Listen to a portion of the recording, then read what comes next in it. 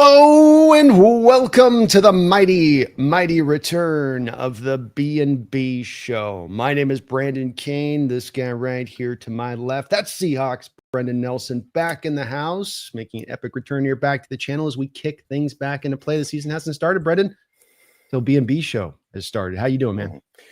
I'm like Jay Harbaugh. You can't get rid of me. That's right. That's right. Well, you actually got good results, unlike some of the other sides on the Jay Harbaugh aspect of it. But hopefully. Hopefully, well, maybe improves with time. You know, just you need a year to get the rules right on that kickoff stuff. Right.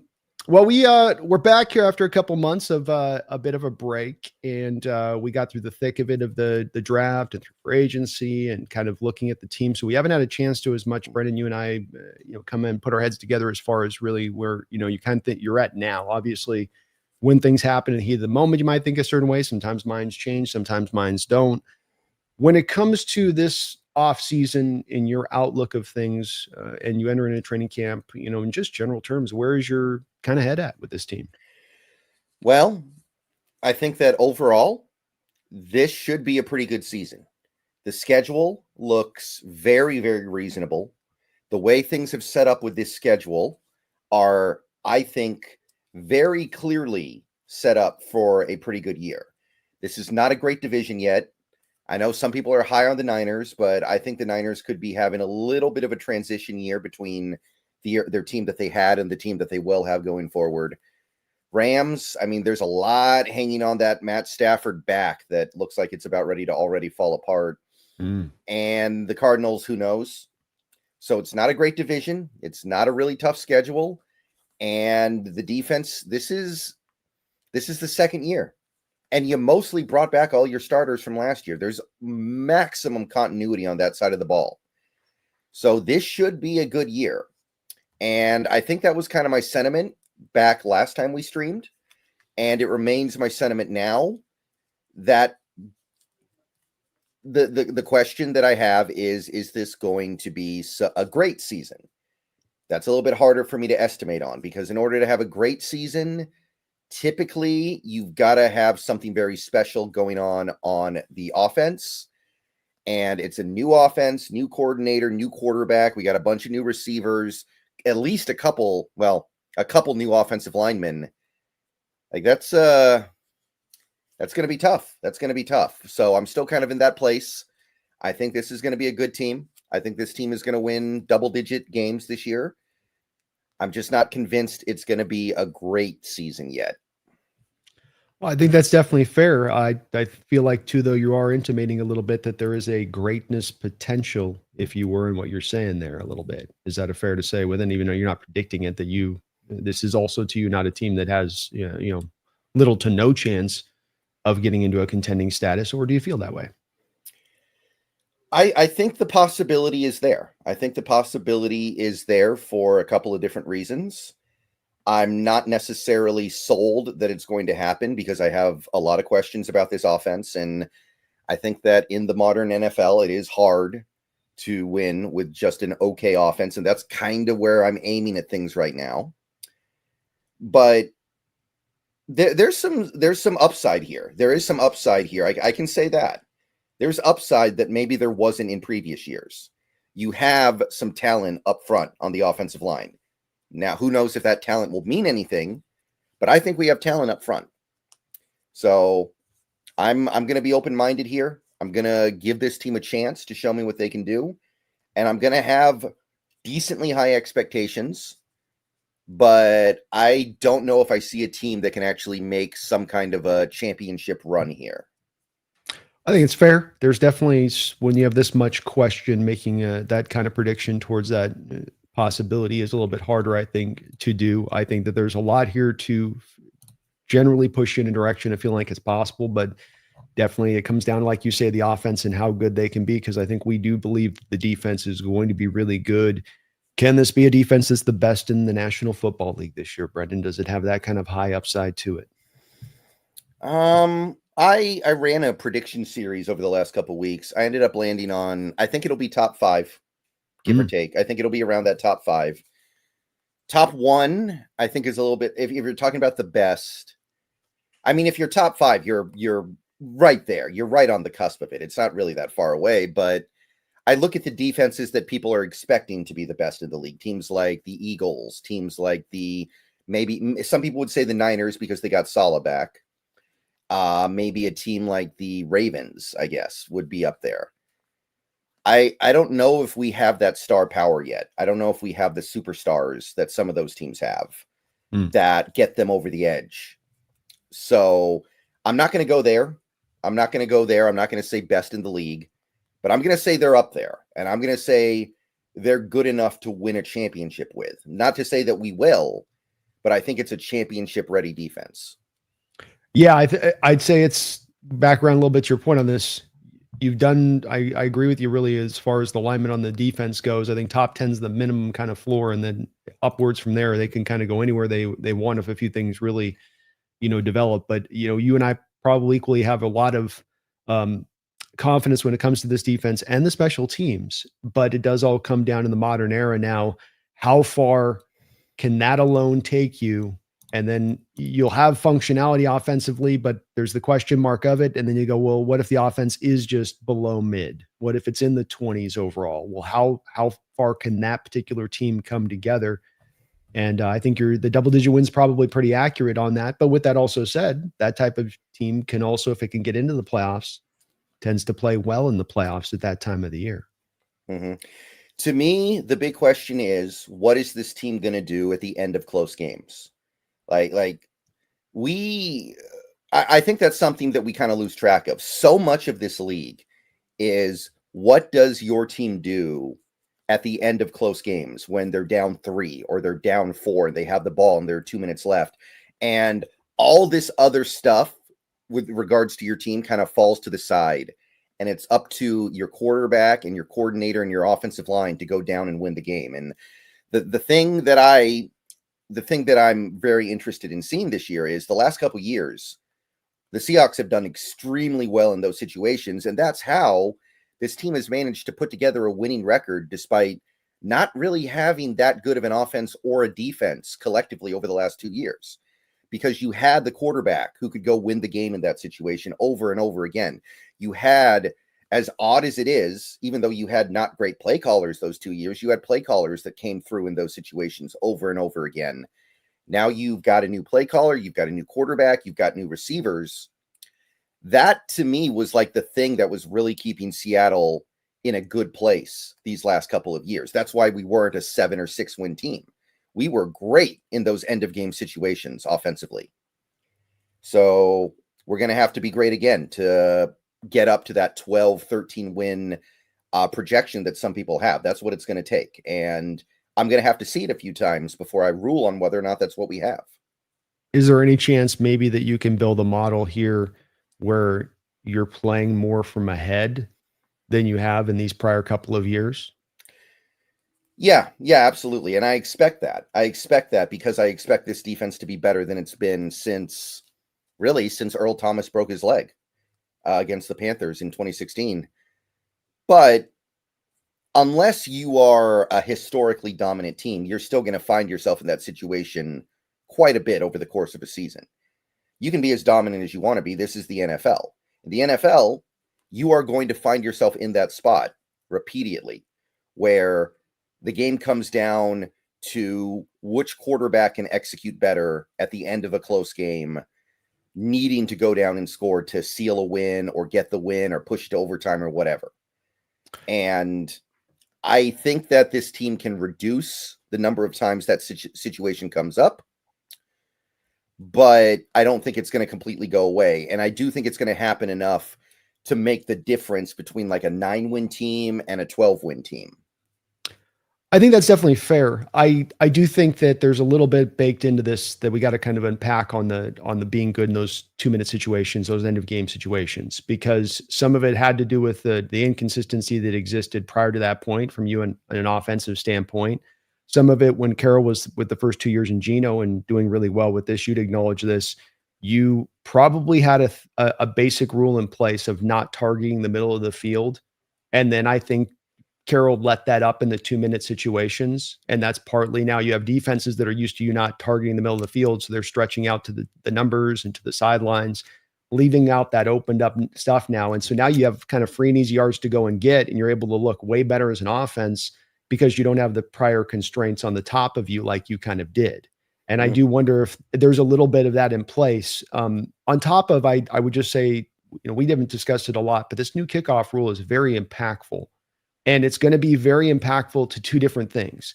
It's going to be impactful to those offenses that are consistent in moving the chains, because the moving the chains offenses now get rewarded with some kind of points if they've got a kicker with a big leg, right? 2 first downs, you're in field goal range now, where that didn't used to be the prior place when you're at the 20-yard line. And it will reward those defenses that put the clamps down on offenses, i.e. not allowing a couple of first downs before we allow you to get off the field, i.e. the bend but don't break defenses will be the ones that suffer from this new rule, and the defenses that put you on lockdown will be the ones that benefit. Can you see where I kind of am going with this as far as a sort of pet theory on this with the play from ahead, consistent drives? Your defense is more about trying to get the team off the field as quickly as humanly possible. And then that could lend itself to you playing ahead more in games, and that you find yourself now on the other end of that scale. I agree with you. You can't eliminate it. You can't eliminate it totally. It's going to be a part of the game. But can you get it to a place of where you're more often up ahead in those fourth quarter situations than you have been in past years? And that's where I am drawing a little bit of confidence in the way that I think they can go the direction here. Yeah, I do foresee that, to be clear. I do foresee that. I imagine that this defense, if it's going to be top 5, which I think it will be, then by virtue of the fact that they're top 5, those situations fade away a little bit, but they don't go away completely. College football, they go away completely on some of these dominant teams, but in the NFL, no. I don't think, even if we have the best defense in the league, there are going to be weeks where they give up stuff. It's not like the 70s with the Dolphins anymore. You don't have teams like the Dolphins in the 70s where just every single week they're shutting you down with their defense and nobody ever really challenges them. That doesn't happen anymore. So I know it's going to happen eventually, but you're right. It's going to be much less of a concern this year than previous years. I agree with that. Well, we do have a guy in the in-house that we brought over as a defensive coordinator who not 2 years ago won the Triple Crown for defenses. And if I'm not mistaken, no defense in the modern era has done that. So I would say that, look, you've also brought in what you think and hope to be one of the brightest defensive minds in this sport. And if it's possible to go in that direction, here's the kind of guy who could do it. And if you're getting the consistent drives, 3 points here, 3 points here, 7 points here, you're getting teams off the field, you get yourself in the fourth quarter. And it can be a situation where it's at, 20 to 13 or 20 to 10, where instead now they're the team having to come back from behind on you, and you're in more of that pole position. And when you look at that Ravens team, what stood out in that Triple Crown winning team is that they weren't particularly good at stopping the run necessarily, but teams didn't have the opportunity to run the ball against them because of the fact that they always were playing from ahead. And then they got the pass rush that they could light up, and that it's all sort of a little bit, I'm just pushing for the fact that maybe there's a bit of by design in this, and that it's not that I'm saying it's going to happen, but I could absolutely see it happening and being a driving force here in a way that's very unique in Seattle versus almost any other team in the National Football League. No. You're definitely right about that. That's the way things work in the modern NFL. You don't need to be that good at stopping the run. You just need to not be terrible at it. Those last 2 years under Carroll, this team was so bad at stopping the run that it was actually costing them games. Yeah. Across the league, it's very rare that an inability to stop the run actually makes you lose a game anymore. I feel like it always comes down to something else. And you have to be truly atrocious for it to actually derail your season. So I'm not really too worried about that. And I don't think our run defense is going to be too bad anyway. I actually think this run defense will be fine. So I'm liking all that, and I definitely can sign off on all that. One thing I would say, though, is it is an odd year. So if we're depending on Jason Myers to, carry the load for this scoring, we'll see. We'll see, right? Contract year overcomes Mr. Hyde. That's the way that the formula works, okay? It's, yes, Dr. Jekyll, Mr. Hyde, but only when he's on a long-term extension. When he gets into the contract year, then it auto reverts to Hyde or Jekyll. It goes back to Dr. Jekyll. I don't make up this math, Brendan. It's just the way the universe works. All right. Well, I like the sound of that. I can get behind that. But I think that there's a clear formula here and it can win games. I do think that. But I do just remain a little bit concerned about what happens when those situations come up, because I'm sure they will. Even if it's like only 3 times all season, that's still 3 games in a 17-game season. That can mean a lot. So again, that's just something we're not going to know about until it actually happens, because you can't really simulate that in practice. You can't really simulate it in preseason even, really, because the starters aren't going to be in at that point. So you just got to wait and see. Well, and to give you a little bit of room back on this one to a degree, I think that the two places that I worry a little bit about with Sam, though I do feel like there's more of a lateral move in here at the end of the day that we'll find from the Sam to the Gino train. But I think the dealing with hyper amount of pressure like we had Gino dealing with in the past couple of years, hopefully that's removed. But I would also say the other part that I'm probably a little bit worried on, where I know Gino was nails in those 2-minute situations, in that I'm not as sure about that with Sam, and watching him in those situations throughout the last couple of years, where it's even last year where he had some times, but there's still some times where he gets a little shaky ground and you feel like he gets a little maybe nervous a little bit, the heart beating fast and adrenaline pumping too much and just can't go ahead. So I feel like, and part of me building this hope up that they're going to go this direction is to stay out of those situations, because I don't have the confidence when they do get into those as it stands right now. Yeah, you get past Halloween and he starts seeing the ghosts, right? So you got to prevent that. If there's too much pressure, man, I mean, I think he can deal with pressure, but if you inundate him with it just too consistently, too long, as you saw at the end of last year, that's where, and he's not alone on that. Most quarterbacks will. It's part of the good that Gino has in him that, he was able to not get kind of broken down by that over time. But you want to avoid it if you absolutely possibly can. We got Quinn coming in very kind, Brendon, here, starting off a new season here, BNB the right way. And Quinn, you are the man for doing so. He not only gifted 5 memberships over here onto the Hawks Nest, but 5 memberships over onto Seahawks Brendon Nelson as well. Quinn, we salute you, sir. Let's get a little bit of applause for Quinn on that one. Thank you, my man. You're the man for that, Quinn. Much, much, much appreciated to you. You can become a member of both Seahawks Brendon Nelson or the Hawks Nest right now on either side of us for just a couple bucks a month. And Quinn, I'm sorry, it doesn't show me who got gifted the subs when we're in the StreamYard app. That's one of the restrictions of StreamYard, unfortunately. But if you did get gifted a sub, give a thank you and a shout out there to Quinn in the chat, as he got you hooked up. And both me and Brendon got some great benefits going on for members of the channel. Appreciate you, Quinn. Yeah, thank you. Congratulations to anyone who got one. Congrats. And thank you, Quinn, for starting us off right this year on a new BNB.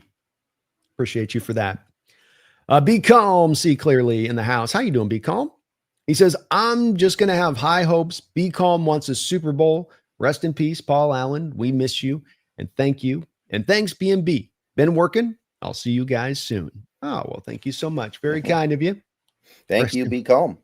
Rest in peace, Paul Allen and Michael Jamal Warner and freaking Ozzy Osbourne and Hulk. The Hulkster went today, Brendon. Yeah. I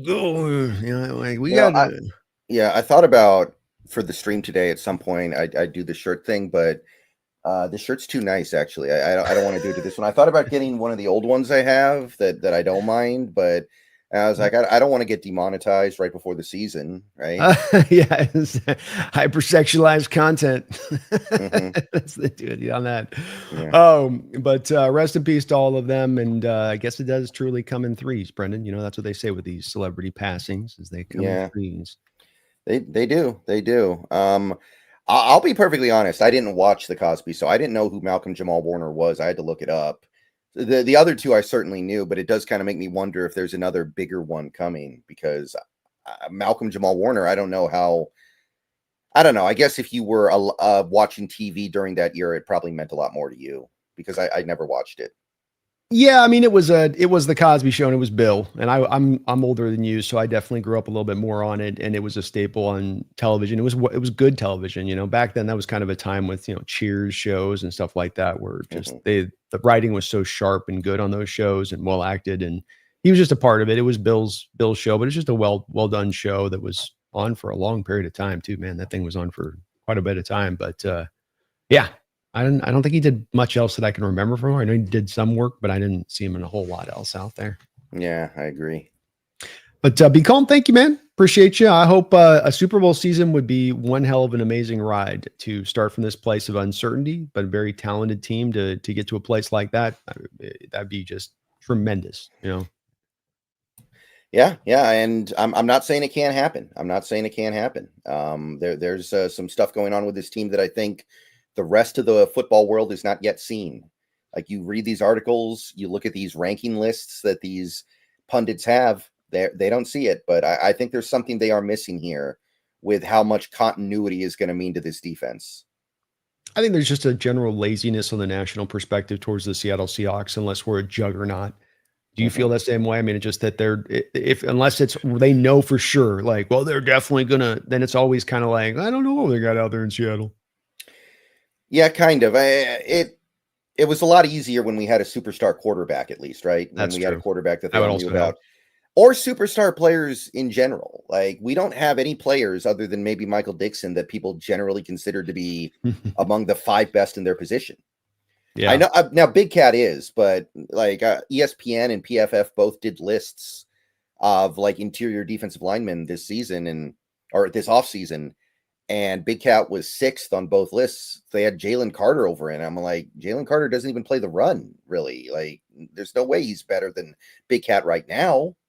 The Carterites will not pay attention to that, by the way. Do you notice that? They will not pay attention to what he is as a run defender. Yeah, the Eagles like protect him really, really well. And I feel like people have kind of thought about things like that less and less and less as time goes by. We should be paying attention to that kind of stuff more and more.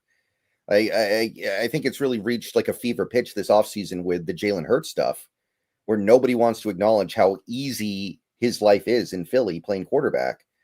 They just want to say, well, he won the Super Bowl, so he has to be the best quarterback in the league or whatever. And we're not allowed to talk about context at all. I feel like nobody talks about context anymore with these players. Especially quarterback. I was talking with somebody on my Twitch channel last night about them getting into a debate with people, to your point on Hurts, and that there's people out there online trying to present that Jalen Hurts is a better quarterback than Justin Herbert.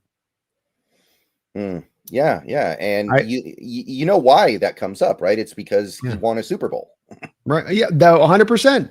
That's it. It gets down to this sport that's so deep with so many details and so many things below the surface to try to ascertain what's going on. People want to draw to one simplistic thing and say, well, it's just this that determines that. And it's like, he's on the most stacked team in the NFL. It's not. No, it's not. And then the thing with this is silly too, is that if I took 32 NFL general managers, Brendon, and I said, who would you rather have, Jalen Hurts or Justin Herbert? What do you think the ratio would be on that for people that pick Herbert over Hurts? I don't know if any of them would. I don't think any of them would. I've said this isn't originally from me. Somebody else said it, but it's a really good point. Jalen Hurts is the college freshman who has a 3.9 GPA, but he's taking intro to English and intro to music theory, something like that. You know, I like that comp. Yeah, I like that metaphor. Yeah, I see it with the Jalen Carter thing. That's why I brought it up, because nobody talks about the fact that he basically does not play the run. He basically doesn't. Like, there's no universe where he's better than Leonard Williams going into this upcoming season. I don't even think it's close. Yeah. No, I agree with you. And I had Cortez Kennedy comps for Carter coming out, but Cortez played the run.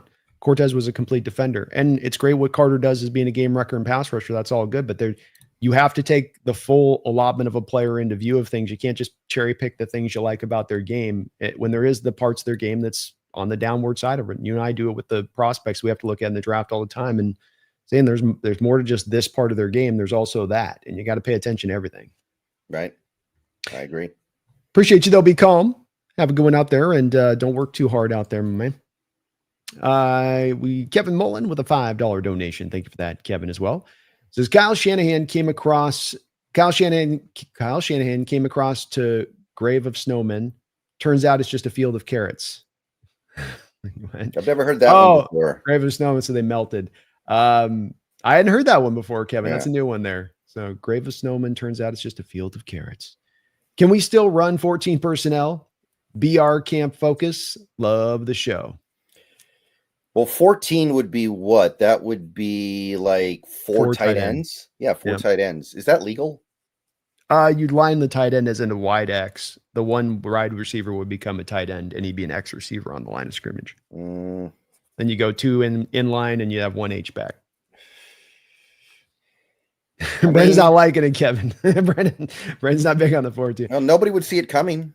The way it could work is with Arroyo. The team has already told us that they have some feeling like he could work on the outside and that's something he'd be comfortable doing. And I would tell you, you put the just to use your food metaphor here, Kevin, you'd put teams into a hell of a pickle if you were to go to that, because then you're saying, okay, how do you want to counter this? You know, you're going to come out in goal line with your one corner on the outside, and then they come to that corner on the outside with wide zone. You could have Arroyo matched up on a real 5'11" cornerback that's 190 pounds and isolate him on the outside zone with him as the lead guy, right? Him as you're bringing that running play right behind his back on that block.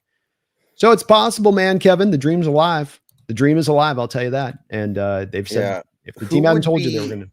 Which would be the receiver that becomes like the tight end? Would it be Kupp or no? You have no receivers on the field. So it would be Arroyo, Barner, Saubert, and Russell. It would be all those guys. Yeah, and all of them. Mm-hmm. Okay. Yeah, I mean, every now and then it can be fun. I could see see what the defense does. You know, you can just see like how the defense counters if it freaks them out. You know, just goal line maybe. I'll tell you this: you could set the situation up. You want to get a goal line fade out there to Arroyo again on a mismatch. You could do so at that point out of it, because teams are going to totally lock in on running the ball at that point if you tried it. Maybe you can make them waste a timeout. Exactly. Just and that in itself would make it worthwhile. You know, the dream's alive, Kevin. I'm telling you, the dream is alive. If the team hadn't told us they're going to plan to play Arroyo at least somewhat as a receiver at times, I'd say no way, Jose. But yeah, there's a little bit of a chance here. Got next one up here, and this is HHG is going to set us up nice here for one of the topics I want to talk to you about today. Before we get to this part of it, HHG, and I thank you for the $1 donation. This is going to be baked within what I talked to Brendon about right here. So let's go back just for a second, Brendon. You released a video, I know, a couple days ago talking about the Brady Henderson story. Brady, I think you noted the fact that is connected in the organization. When he says certain things that are sort of between the lines, you can take it as to him not using conjecture, but actually probably tapped into something in the background. And Brady, it was weird, right to catch it, strange. Brady posts out his perspective, final 53-man roster. And what does he have? He's got it all. Every guy allotted out, right, Brendon? Every guy's, here's this guy. It's going to be this guy. It's going to be this guy. But then over on the edge, what did he have over there, Brendon? Yeah, he had player to be named, player not yet on the roster, listed alongside the other four guys. So he didn't say, and maybe he wouldn't go so far as to speculate on something like this, but he didn't say, oh, one of these guys is going to get traded and then we're going to go get this other edge. He said there's going to be another guy who gets added. And it was specifically not somebody on the roster. So Jared Ivey is on the roster, so it's not him. And I believe the other guy's Tyreek Smith. So the implication is he thinks they're going to dream a little bit bigger than those two guys. And I think that in Brady's case on this, I can never remember him doing that before. I don't remember his past lists, but I would have noted this because he is a guy that you've seen it with him in the past, giving you tidbits on stories, things that happened in the background and things that were unknown that are now known because he presented it. And so him with that conjecture, knowing you had the four you had, him probably already understanding about the Uchenna Nwosu news, because we got news that Uchenna Nwosu is going to miss probably maybe a couple games into the season by the way that this is sounding and how Mike talked about it. Yeah, that's at least on the table. What he said was they're not that close, and they expect him to miss training camp and at least some of the preseason, and they didn't offer a timetable. So that's very realistic and doesn't sound unexpected either. It doesn't sound like that they got him in there and looked at him and found it to be surprising where he was. It almost sounds like they kind of knew that he wasn't going to be in the greatest of shape when the season started. But then it's also ominous, isn't it? Because he suffers the injury last year at the start of the year. He's never right throughout the whole rest of the year by his own admission. And then you start to wonder, given the injury he's had here recently, is this that they're expecting him to be back in the next couple of games? Or is this more like a hopeful thing? Is this like down the Abraham Lucas side of it where, like, 2 years ago or a year ago, you're like, well, we think we're maybe just going to watch it and track it. And that's where I think he's starting to push some of this. There's going to be that fourth edge thing here, Brendon, because he's looking at it and going, he's heard the background. The chances are lean. Maybe we'll get him back later in the year. We're going to probably have to IR him. We're going to miss him a lot of the season. That's what I think he is, as far as what I'm reading into this a little bit. Is that reading into it too much in your opinion? And then you think they're giving us the true honesty of this, that he will be back. It's just maybe a game or two that he's going to miss. I don't get the sense he's going to miss most of the season yet. I'm not there yet, but I think that's on the table. I mean, they're being very vague, aren't they? They didn't give any kind of a timetable at all. So it's not a bad assumption. And the thing is, this team is not built to have one of their edges miss an extended period of time. We don't have a superstar that can play 80% of the snaps and just keep going and keep going and keep going. We don't have Myles Garrett. We don't have TJ Watt. We don't have any of those guys. So when you hear that Nwosu is going to miss at least some time, and he could miss a lot of time, you're looking at your edge room, Boye Mafe, Derek Hall, DeMarcus Lawrence. That's not enough. That's not going to do it. So you kind of have to add somebody, and either you can go get one of those superstar guys, or you just go get another guy to kind of play add-on. And I've spent plenty of time this offseason talking about the superstar angle where you trade for Trey Hendrickson, trade for Micah Parsons, but that path is certainly fraught with danger. And I don't know if the team wants to commit when they have no idea if this team is worthy of committing to. Yeah, I agree with everything you just said. I think I gotta get you though off the fence on this one. So I'm gonna push you down on this one just a little bit to give you some options here. I want to roll through you with. Okay. Okay. HHE, thank you for the $2 donation. I think Clowney is one that you and I are uniformly, it's almost kind of too easy a one. Like you say, yes, he doesn't cost anything. You don't give up any draft pick compensation. You got all the cap space in the world to make a move here. I think that one's an easy peasy one to kind of just say yes to. It's the easy way out in this kind of what could become a very difficult presentation. I'm going to give you two for a couple of options here to the other side. Is that fair? Yeah, and it's not going to cost that much. And Clowney's at a point in his life, in his career, where he probably doesn't want to play massive snaps anyway. Yeah. So even if you get Nwosu back and you're 5 deep at edge, I think that works out fine. Like, yeah. Maybe Clowney plays 15, 18 snaps a game. What's wrong with that? Yeah. Or you get 10 games out of Clowney, and then Nwosu's ready to pick up the final 7. Mm-hmm. It also gives you the time to let Nwosu get more over the injury if he needs to at that point. So I think this one makes a lot of easy sense. He had his best season under Mike McDonald with Ravens, did Clowney. And so it could, I'm in favor of that, but that's not any fun, Brendan. The fun part is the risk part you talked about. The fun part is, would you stick your balls on the table? Would you take them out, drop them on the table and say, I believe in this team. I believe where they're going to go. So here's your options. Micah Parsons, $43 million contract extension per year on a 4-year deal. Plus it costs you a first, a third, and one of Hall or Mafe.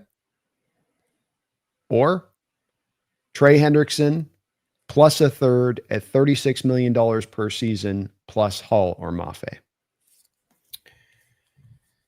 I think I like the Parsons thing better. I think because Parsons is young.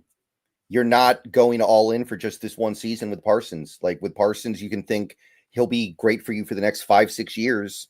Even if you're not going all in right now, it's not the end of the world. My problem with Hendrickson is you look at his age, you look at the mileage, you're talking about maybe 1 or 2 more really great years, and then he starts to level off.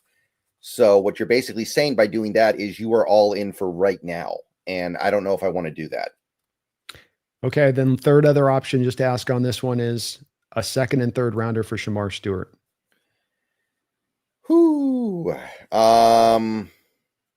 Wow. I think I'm going to be a no on that. I wasn't a big fan of him in the college. I wasn't. And I mean, what's going on with him right now is very unfair, and I feel for him. But I wasn't too high on him with the tape anyway. I think it's the Bengals' fault for taking him in the 1st round.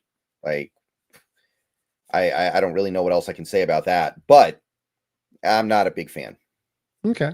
That's fair enough. Just want to check on that. And I would probably roll the same way with you. I'm not a fan with Hendrickson and the age and where he's at. It gets me and it's troubling too to come to this point, isn't it, Brendan? Because there are edges that have been able to be very productive deep into their career, past where these guys are at. So you just get in this sport where things go so fast. You just get so worried about guys, having something pump along there. And I think even though Micah would cost them more, I would probably be driven to try to make the bigger swing to that side of it to make it roll. But the Shamar thing's worth monitoring because, I mean, what are they going to do? They're really going to look down the barrel of letting this guy go back to college for a year and just losing a 1st round pick, or salvage as you can. I feel like from the Bengals standpoint, you try to salvage it a bit, but they're also such a kind of dumb organization that they get stubborn and just dig their heels in. Yeah, there's another option. There's another option here that Odafe Owe on the Ravens, wanting a new contract, played under McDonald. Would you trade for him? I wouldn't, because the point of what we're trying to do here is trade for true difference makers from the position. And he's kind of like Boye Mafe. It's like, do you want to just bring in another Boye Mafe? Kind of what he brings. I mean, it's fine, but I'm not just bringing in a Boye Mafe and a rookie contract. I'm bringing in a Boye Mafe and a contract extension where I have to basically give Mafe the same extension a year from now. At that point, it's kind of like chasing your tail a little bit. 12 here to dozen here. So I want a difference maker. I think your point on that initially was right on spot. I think what we could use is not that it's desperately needed, but if there's an opening here to add on to this team and make it better, where you could make them better is with that super dynamic edge that can be a bit of a monster. Because the thing we don't talk about with McDonald is, for all of his simulated pressures and stacked boxes, he doesn't want to blitz. And we come back to a lot of the same stuff that we had with Carroll back in the day, which is that if you do not want to blitz, if you want to be a team that's on the back third half of the blitzing in the NFL, then you damn well better have the guys up front that can get to the quarterback in tandem, not just one or two guys, but that you've got a crew of guys that can get after it. It's a necessity. Yeah, and we have it on the interior. I think we're going to have one of the best duos at 3-tech in the whole league this year. So if you can get, again, like somebody like a Micah Parsons that is considered by pretty much everyone to be one of the 5 best in the league at his position, I think you have to strongly consider that, because it has been a long time since this team had a player like that. Since probably maybe Russell Wilson in 2020 and Bobby Wagner back then as well, was the last time you had a player that pretty much everyone considered to be among the 5 best at his position. So you do it then. What if the cost even goes? What if it's a first, a second, and Hall to get the deal done, Parsons? Would you do it today? You're general manager of the Seattle Seahawks. Would you pull it? I would. I think I would. I probably wouldn't do it if it was Mafe, because I'm much higher on Mafe than Hall. Ooh, okay. I'm a little bit, I don't know what to think of Hall at this point. I'm a little bit put off of him at the moment. So I would say yes. I think I would do it. He's really good, and he can do more stuff than just rush the passer from the edge. There's other stuff going on there that I think McDonald would have a lot of fun with. Yep. One other idea, and I'm not a fan of this one, but I do want to put it out into the ether here. What about Thibodeau? No, I want guys that love the sport. I mean, one of the guys we just released a couple of days ago, Noah Fan, I don't know if that guy loves the sport. And I think he's really talented, but I think, and I'm not trying to throw shade at Fan here, Brendon, but when you have guys that are hyper talented and they've got all the tools in the world to be difference makers, and they stay relatively healthy and they're not able to reach that spot through 6 years, 7 years of their career. I know Thibodeau's not there quite yet, but I knew with him coming out of college that there was a little bit of vibes of this. Remember with the whole brand thing, and I want to raise what he wanted to. I want to become an icon, or he said some stupid stuff he was saying. No, he went to the combine and was promoting some crypto coin that he had made. Right. I think. Yeah. He just doesn't. Yeah. I don't think he's got his, and that guy doesn't develop at New York. Like, he has the one good year and then he takes a step backwards last year. First year was that's exactly what you'd expect from somebody that you're not really sure if they love the sport or not. And we're trying to bring guys in here that live and breathe football. So that would be a no-go for me. I think the Seahawks were probably turned off to him with the combine process, because remember they interviewed him too as well, and they had a chance to potentially look at him and like, nah. Yeah, I agree. I don't think that makes a lot of sense. I'm not a fan of that one. And my understanding is that he's another one of these guys that doesn't try to play the run at all, and he's just I don't watch every Giants game, but that is my understanding of him, and I don't need to deal with that, especially if you're replacing Nwosu, who is kind of the guy you have in here to play the run at a high level with D-Law. Agreed. Yeah, you'd hope he can be back in there, and we're not doing this to do a lateral move to me. Otherwise, you just stand pat and let it roll and see what happens at the trade deadline. If anything, at that point, you should find an edge rusher at that point. If there's not one now, you need. So it doesn't have to be something you have to address right now. You can address a little bit later on, but yeah, don't go for a guy like that. He's no, thank you. Robbie Red, thank you for a double dip of $2 donations. It didn't have the first comment in there on your first dono, but it did on the second. So thank you for that. He says, if you could choose a defensive coordinator, offensive coordinator, who would you choose? Pretty open-ended question here. I mean, I wouldn't choose a DC because we have McDonald who's calling plays. An OC? Well, I don't know. It's kind of tough to answer this because what are we talking about here? Can we have any coach? Can we have? No, it'd have to be an OC. I think Okay. you can't grab like McVay. Okay. That's cheating. Arthur Smith. There you go. Arthur Smith ain't bad. I'll go with the Tennessee Titan defensive coordinator who used to be the coach underneath McDonald with the Ravens. I don't know the guy's name, but I would go with Weaver, Anthony Weaver. Yeah, I'd put Weaver there at DC. As far as offensive coordinator goes, that's a tough one. I mean, the hard part is that there's just not as many, it feels like, dynamic offensive coordinators in the sport right now. I mean, who's the crop of guys we've got that are really well regarded? You have Brady up there with the Bills, I guess, is looked at as okay. He doesn't do a lot for me though. Let's see here. Let me think about it. Like, Kellen Moore's a head coach now, so can't be him. And I'm not huge on him anyway. Yeah, it's kind of like, Ben Johnson's gotten hired now. He's out of it. I'm just trying to think of, like, we really have a very thin crop right now of offensive coordinators that are available that are good coordinators. I'm talking about, like, remember in the past, we've been able to have like ones like, this guy's dynamic, this guy's young and smart, this guy's on the rise, this guy's he's going to be a head coach in a matter of no time. It almost feels like some of those guys got hired so fast, Brendon, it like tore the stock of readily available guys out of it, Yeah. Let me think here. What's the name of the guy on the Dolphins under McDaniel? It's like he's got like a John Smith kind of name. Hold on, let me look this up. Yeah, Frank Smith. I like him. I will say that. He hasn't done a lot of play calling yet, but I am a fan of him. Yeah, maybe I'll go with Frank Smith, Robbie. I got to say though, as I'm going through the litany of teams in my mind who have the offensive coordinator, and I can't, I don't want Kingsbury. I wouldn't trust. That's more Jaden Daniels to me than that's Kingsbury out at Washington. So where's Kafka right now? Still New York. Really? Wow. Okay. Yeah, Stable still remain there. He got that assistant head coaching job. Remember they gave him that sweetener. Yeah. They sweetened the package for him. Yeah, this is how you actually keep an OC job for a long time in the NFL now. You're so mediocre that you're not good enough to get a head coaching job, but you're not bad enough to get fired. Or in the case of the Giants, they just fired so many guys before you that they just know it looks bad if they keep firing people. So they'll just keep rolling, I guess, with you. Yeah, I don't mind Kafka, though. I feel like he and Dable, I think they're good offensive minds.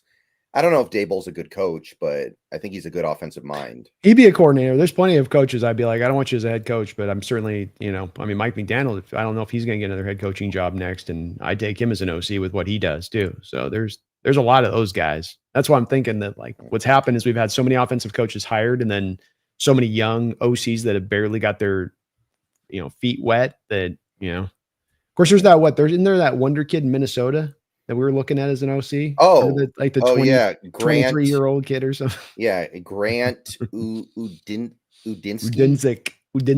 or something like that. Maybe it was Udinsky. I forget. Yeah. And they have Greasy too, right? They had Brian Greasy. Yeah. They got a brain trust up there. Yeah, they do. Floors on the other side. But those would be my go-to. I know Weaver and McDonald worked really well together, and that'd be a cool combo. Chase Stern has been celebrating 24 months as a Hawks Nest member. Thank you for that, Chase. How likely do you guys think it is that Micah Parsons gets moved? 28.4%. I like that percentage point. That's pretty good. That's a strong percentage point, especially the 0.4 in there. I'm going to raise it up just a little bit to 36.3. And my reasoning being is that I wouldn't have, and Jerry's such a loose cannon, it's hard to tell, but that press conference he gave the other day where, if you were talking to teams in the background about moving a guy, you would start to do the laying of the foundations of that movement publicly wise. And I, for the life of me, Brandon, can't figure out what the upside of him opening his mouth up and saying either of those two comments about either Dak or Micah and what benefit it is to him in the negotiations, unless it's to the other side of that where they're playing sort of that, maybe playing with the notion of it, maybe. I think he wants attention. I think he just wanted attention. And he feels like the attention he gets from making a comment like that is worth more than whatever he might lose in negotiations. I still feel like they end up bringing him back. I don't think you get a player that good and then you don't bring them back on a second deal. Like that's not something that almost ever happens in the NFL. But it might not be a bad idea for them to not do it when they already gave all that money to Prescott and Lamb. Like you are starting to push it a little bit when you're giving record-breaking deals at 3 different positions. Don't forget Trayvon. Yeah, and Trayvon Diggs. That's a great point. And especially when you're a team like Dallas that isn't willing to do what the Eagles do, where they just push all their cap hits back a billion years. Dallas not just unwilling, completely opposite, and that they don't want to do any of that. Not even like, well, they won't go to the degree of Philadelphia. No, they won't even. I'm not doing any void years. I don't agree with that. Like Jerry might be a guy who legit on the next CBA pushes to not have that because he doesn't want to do that. Like he has bitched and moaned about that very, very often. Yeah, I agree.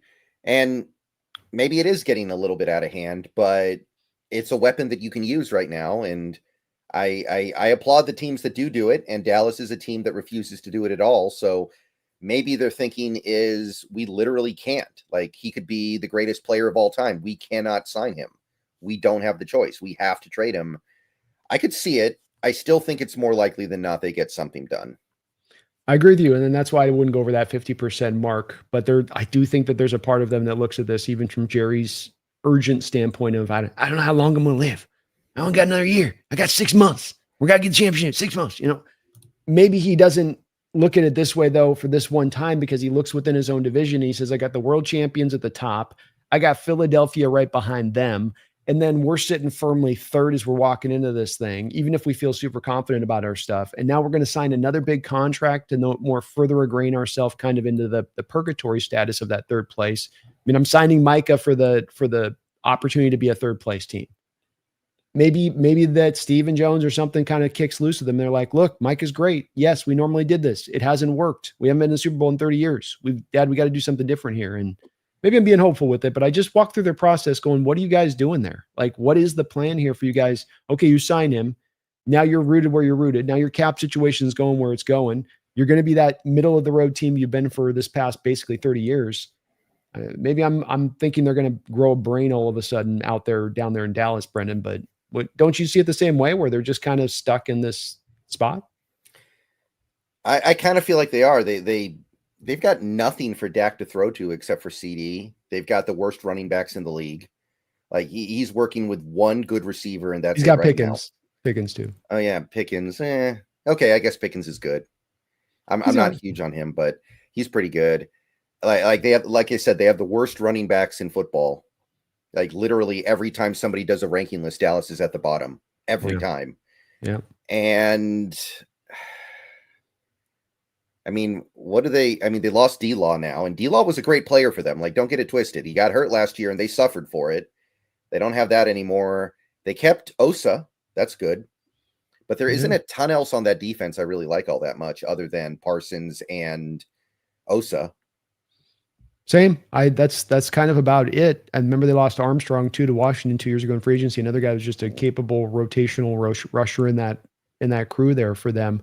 Their inside linebacker position is not all that together strong either. The safeties, I mean, outside of Trayvon Diggs. So, and then with Dak, again, you come back, okay, you got him a couple of targets in the 2 receivers, but he's also been injured a couple of times now since you signed to these contract extensions. You're really trusting in his health now for this upcoming season? Do you think he's going to now maintain again on this? I mean, if I was the Cowboys, not just to move him to us, if I was the Cowboys from a tactical standpoint right now, you call the ball and you realize it. They probably won't because they've already made their bed here with making the Pickens trade and signing Dak to the money they've signed him to. So they're just like, well, we're in for a penny, we're in for a pound. Yeah, But that's exactly what I think it is. Like, they can't undo the Dak contract. They can't undo the CD contract. I think they are obligated to keep pushing with as much talent as they can, but maybe they literally can't because of the money. yeah. So it's going to be an interesting thing to monitor. One thing's for sure, Micah wanted to get this contract done far before where we're at right now. And Yeah. you're in training camp now and you still don't have the deal done. And you got to wonder at what point or another too, Micah might reach a spot where he's like, you know what, after you move me in a spot that's actually going to give me the deal. Yeah, I can see it. I can see it too. Feed Me More Seahawks. Thank you for the $5 donation. Feed me. He says, did you watch the Ernest Jones interview where he talks about how he feels better and way faster since having surgery? And I love hearing that. Yeah, I did hear about this. Same with Abe Lucas has been saying the same stuff this offseason, where he feels the best he's felt in a long time. Yeah, amen. It's the thing I've wondered. The thing that really perked my ears up on this, Brendon, was hearing from Ernest that it was not just a thing where he was dealing with this for 1 year, but he's been dealing with this for 2 years. That I got a rock in my shoe situation, and that he could play at the level he's played at the past 2 years, which has not been bad, but has been very good enough during that extension. And now you sort of get this player who can be maybe 6% quicker, 6% faster on the field now and not having to deal with that injury. Say nothing of the freaking apparatus he had on his arm throughout the whole lot. Maybe that thing comes off too. And that'd be great. I mean, us getting the best version of this guy. I thought he's got a real chance this year of breaking out, Brendon, because he's going to get the tackle numbers. He's a good blitzer. So he gets himself 3 or 4 sacks and then grabs a couple interceptions. And he had one last year, could have had 2 where he just barely missed one against the Rams too. So he gets himself 3 or 4 interceptions, 3 or 4 sacks, and then throws up all those tackle numbers up there. That's an all-pro type season from the inside linebacker. And I think he's got it in him. Yeah, and he should have some really good stuff going on in front of him to make his life easy, because this should be the big breakout year for Murphy. Mm-hmm. And you've still got Big Cat. It sounds like, with everything I'm hearing, Jaron Reed's going to be at nose this year, which I think is good too. So should be freed up. And I like his chances.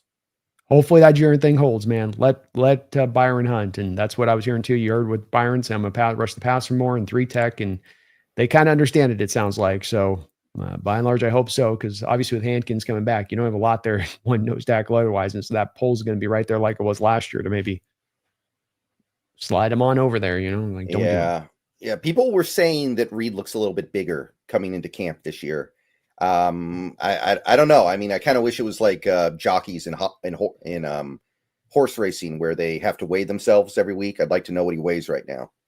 Well, they're getting to the place where they can track him with GPS. Maybe we'll get to the place where they can track the weight off of just a shot, But that's good if you're going to 1 tech. You'd think you want to add another 10, 15 pounds probably onto your build going into that, because if you're a 3 tech, you're like 305 to 315 at the highest. At the 1 tech, you're going to go up to as high as even 330. So that's good to hear. He's a little bit bigger and thicker out there, and Jones is going to be in for a good year this year, I think. I've got him as a breakout player on this defense. Not that he hasn't already kind of broke out, but he's going to make that contract look like a bargain.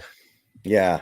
I don't know if there will be massive tackle numbers, because the defense I don't think will be on the field a ton, because it's going to be a really good defense, and we should be a ball control offense with all the running stuff. It's true.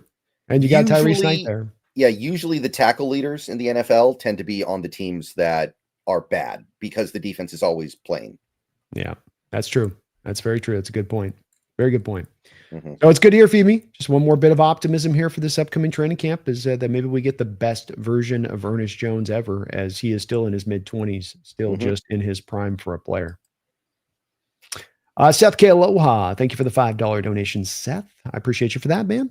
He says, with the Nwosu questions, it'd be nice going after another edge like Clowney or Kayvon Thibodeau. Also, glad to have the live streams back. Well, thank you, Seth. Appreciate you for that, man. And that was over on your side, Brendon. I'm Clowney all the way between Thibodeau and Clowney. You don't have to trade for Clowney. He's going to cost cheaper than Thibodeau will with even his base contract, because Kayvon's going to carry a heavy base salary just off of even after the trade. Clowney had his best season with Mike McDonald. I mean, this is so much of a no-brainer You do it all day long to me. At this point, he should be on the bat signal. The Clowney signal should be shot to the skies in the Pacific Northwest. He should be on the plane already. Yeah. You know? A lot of people think it's in place, but he doesn't want to show up for camp because he wants to chill at home. Well, that is the vet move, man, right? That's when you do that. If you're like, I've collected like $130 million in contracts value in my time as a pro, I'm gonna, I'm a chill. I think Jay Cutler tried to do that once when the year Tannehill tore his ACL. Yeah. And Cutler signed with the Dolphins. I think he was like trying to not show up, but he's a quarterback. You can't do that. No, you need the reps at the QB, whereas he's JD doesn't need people to go be big and bad and just go knock this guy in his butt. Like, you don't have to do a lot of, I think, camp work to get yourself ready for that. So that makes sense. And Seth, hopefully for me, it is Clowney you bring in. This just, to me, lines up so much. He's going to cost what, maybe $4 million on a 1-year deal, maybe $5 million at the most. And, no future commitment at that point. You got him on a prove it year kind of deal. He was awesome here through the first stop. I just say you do it all day. Yeah. I'm a little bit worried he wants to live on the East Coast, which is why he went to Carolina in the first place. That would be my only reason that could prevent that from happening to me. Yeah, well said. And certainly I think there's going to be plenty of people, because the price is going to be pretty low with him, that'll be on his heels. It's not like he's got like no other stop locations he can go to. I think there'll be a variety of teams that'll be like, oh, $5 million. We'll buy that for $5 million. I'll pay it. Including even the Ravens might, come back at him and be like, hey, come on back over here. Thank you though, Seth. Appreciate the kind words as well. And the donation. Richard with a $10 donation on your side says, great year to be a fair weather fan. So many league-wide stories to follow. There always are if you're willing to pay attention to the really granular stuff, I think. But yeah, you're right. I find the NFL as much as ever with always things kind of percolating around, and there's always a lot of stuff that is very interesting going on. The evolution of the sport is always a little bit the forefront there, but some of the team situations that are ongoing, some of the divisions that are stacked up to be tough.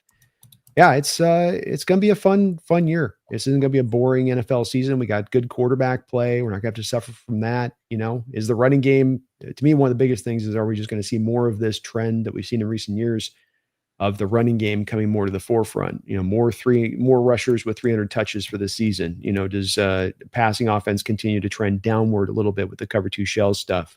That'll be really the forefront kind of the thing to watch for me, but a lot of cool stories out there. The pendulum has to swing back the other way at some point. Like it's working too well. Like there were 2 teams last year that had over 3,000 yards rushing. It's got to swing back the other way at some point. Well, I think that's where the swing back though comes into, do you want to leave your corners isolated on the outside? Do you want to leave a single safety high? Do you want to give a quarterback that kind of option and look prior to the snap, which he's going to go after? He's going to go find his mismatch at that point. And coaches are like, no, I don't. I'll let them bleed me more slower to death and lean into that way of it, I think. So I think it's going to continue as a trend, Brendon. And I think that the heart of it's going to be the 12 personnel. And then Nate Tice spoke about this in a really cool clip a couple weeks ago, Brendon, about last year, 12 personnel was over 20% for the first time ever league-wide, 20% usage amongst offenses. And then 7% usage when it came to 13 personnel and then having a fullback, 21 personnel, like I formation kind of looks and stuff. That's almost a third of your snaps that you have, multiple tight ends out on the football field now. So I don't think it's changing as a trend. I think running the ball this year and all the much more reason why it's important for us to do it. And at the heart of our offense having success, because of the fact that this is where the league's at right now. And I think it's still a couple years away from that reverse course happening, Brendon, because there's still so many teams that are still trying to make things happen pass wise and haven't fully bought into this run game, especially when it comes to like having the linemen who can actually run block up front, because you have to lean away from usually the guys that are the dancing bears more onto the guys that can push guys off the line of scrimmage and actually get some true, Damian Lewis types, right? They can actually get some real true push. Yeah.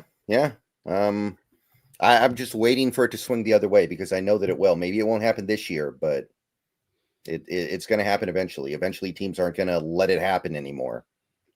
You would think there always is that cylindrical flow that goes on. You do this, we do that. You do this, we do that. You do this. So it's always kind of going. It's like jujitsu. So we'll see when it does occur. But this is where it seems like it's mounting up to. But it's gonna be a fun year, Richard. Thank you for the $10 donation. Thank you. It'll be a good year.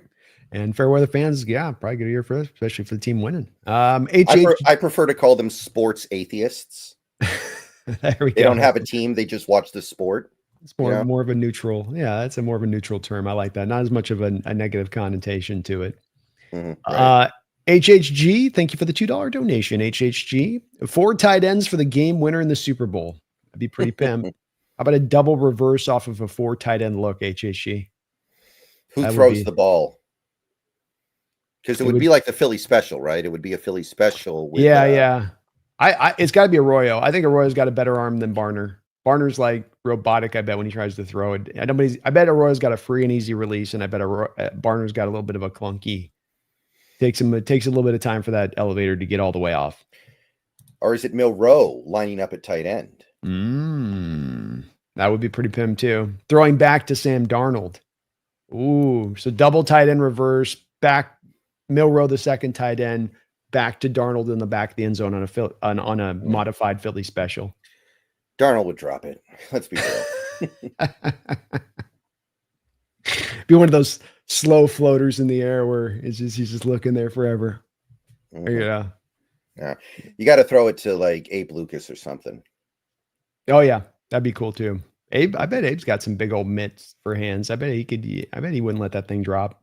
Yeah, I like it. Okay. Appreciate you though, HHG. I like the prediction too. That works for me.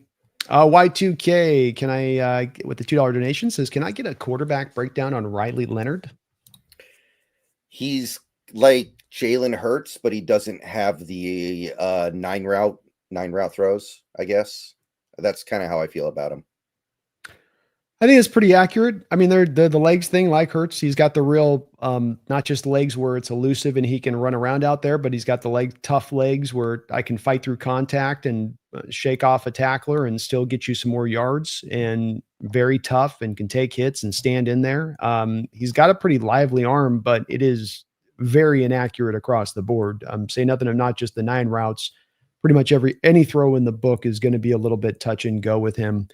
And, doesn't have a bad throwing motion. It's just the ball just doesn't come out right. Time and time again, it just kind of comes out a little bit wonky with him, and it's very unpredictable. And if you're, as a quarterback, just have that amount going on your arm that's a question mark, then it does limit you even if you got the good legs. Because with Hurts, at least there's some throws he can make that are good.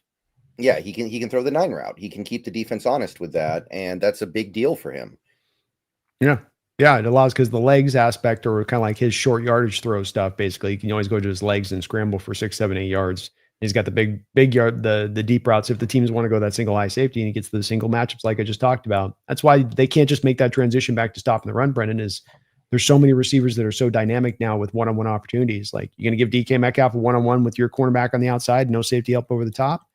I don't want to do that. And it's like, well, that's the transition you have to make. And unfortunately, NFL, unless there's a defensive coordinator that comes up with a different way to do this, there's no other way to do it but that. You want to bring your safety into the box or not? Do you want to bring the extra help down there? Because if you don't bring the extra help, then it's all gap integrity stuff. It's every guy having to handle their gap integrity. One guy blows it, you got a big run game.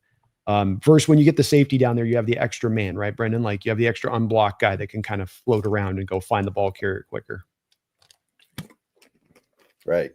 And anyway, beyond that, for Riley Leonard, I kind of liked him. I liked him a little bit more than most, but hard for me to believe he'll actually be like a good NFL starter. Too limited. Yeah, I wasn't big on him as either. And I always liked it. The funniest thing I ever heard about him was that he looks like Woody from Toy Story when he's tackled or falls down. He looks just like the doll. Yeah. Actually, I can kind of see that. I see where that's coming from. It's very spot on. Not mine. Somebody else said it, but very funny. Appreciate you, Y2K. Jordan, thank you for the $5 donation, Jordan. And he says, glad to have you guys back. Good to have you back too, Jordan. I am pumped for this season. You should be pumped for this year, man. I think we've got an organization, Brendan, that whether you think this year is going to happen or not, I think you would agree that this is an organization overall on the right point. And that might seem like, well, every organization thinks they're on the right. Well, I think you look at a lot of organizations and you go, ugh. Like, I look at what's going on in Dallas Cowboys right now, and I'm going, I don't really like where you're heading with that. I look at Cincinnati right now with Shamar Stewart and Trey Hendrickson, and the money you just put into T. Higgins and and Jamar Chase, nobody else in the league's doing that to the receiver position at the same time. I go, oh boy, Miami Dolphins with, McDaniel there basically is almost like a lame duck status kind of coach. We could go through a lot of these teams in this league right now going, we're in so much of a better place than some of these teams are at where we're headed and even where we've been. Yeah, there's some things we're doing that I like. There are some things I have questions about still, but those will be resolved during the season one way or the other. Yeah. But we don't have a drama of situation or something where you've got organizationally mismanagement in how you're running the team somewhere that stands out, that's like a sore thumb, that makes you kind of a laughing stock a little bit by doing it. And there's a lot of those organizations out there right now that are just kind of shooting themselves in the foot, Brendon. Yeah. The things that might be happening here don't seem as egregious. I don't understand why the Charles Cross extension hasn't happened yet. That would be one thing that I point to as being like, what's going on here? But that's certainly not as bad as what the Bengals are doing with Shamar Stewart and Trey Hendrickson. It's not as bad as some of the other things that you mentioned with like the Cowboys. You're right. That's more just like maybe even a difference of opinion type stuff than it is something structurally wrong. Yeah. Just inherently bad, like the Giants with Daboll, that's another one where it's like, dude, that's just he's not going to be the long-term coach there. That's not going to work. I mean, Jackson Dart, we'll see. Not this year. Are you going to keep Daboll for another year? Oh no, we're going to go to a new coach. Well, will that new coach like Jackson Dart? Well, maybe not. You're just in that spin cycle of this ain't working out right. I can see how this is going to break wrong. And this may or may not work out here, but it is at least generally you've created the conditions, 3 straight winning seasons, the only team in NFL history with back-to-back years and winning records and not making the playoffs.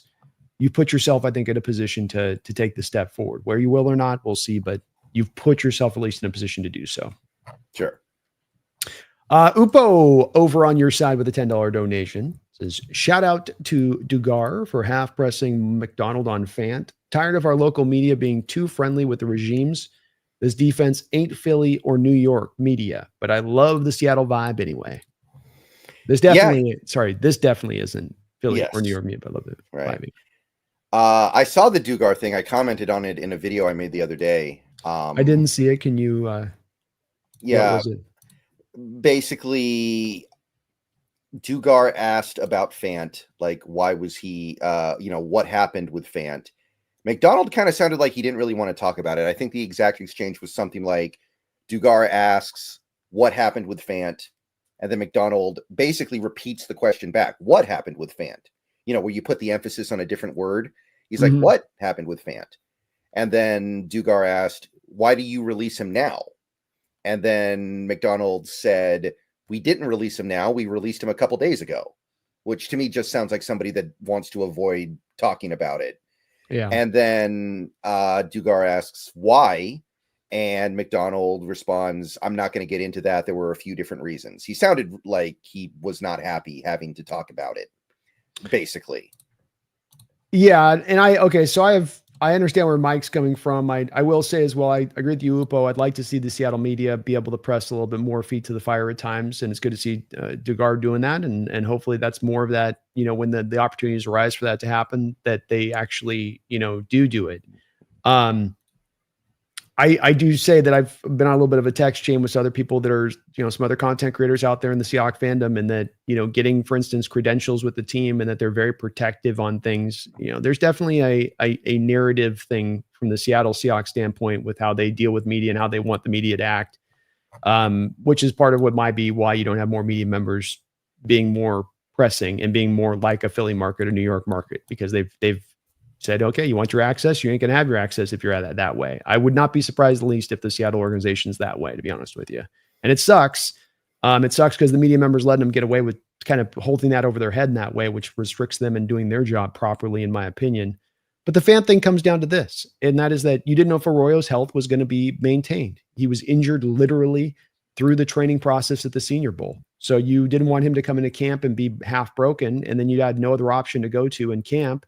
And so you wanted to wait and make sure he was signed, on camp on time, and healthy. And once he was at that point, it made Fant expendable. But if there's a bit of an inference here from Dugar's standpoint on this, that they somehow did Fant dirty on this, I would offer that this is quite the opposite direction on this and how they treated Fant, in my opinion.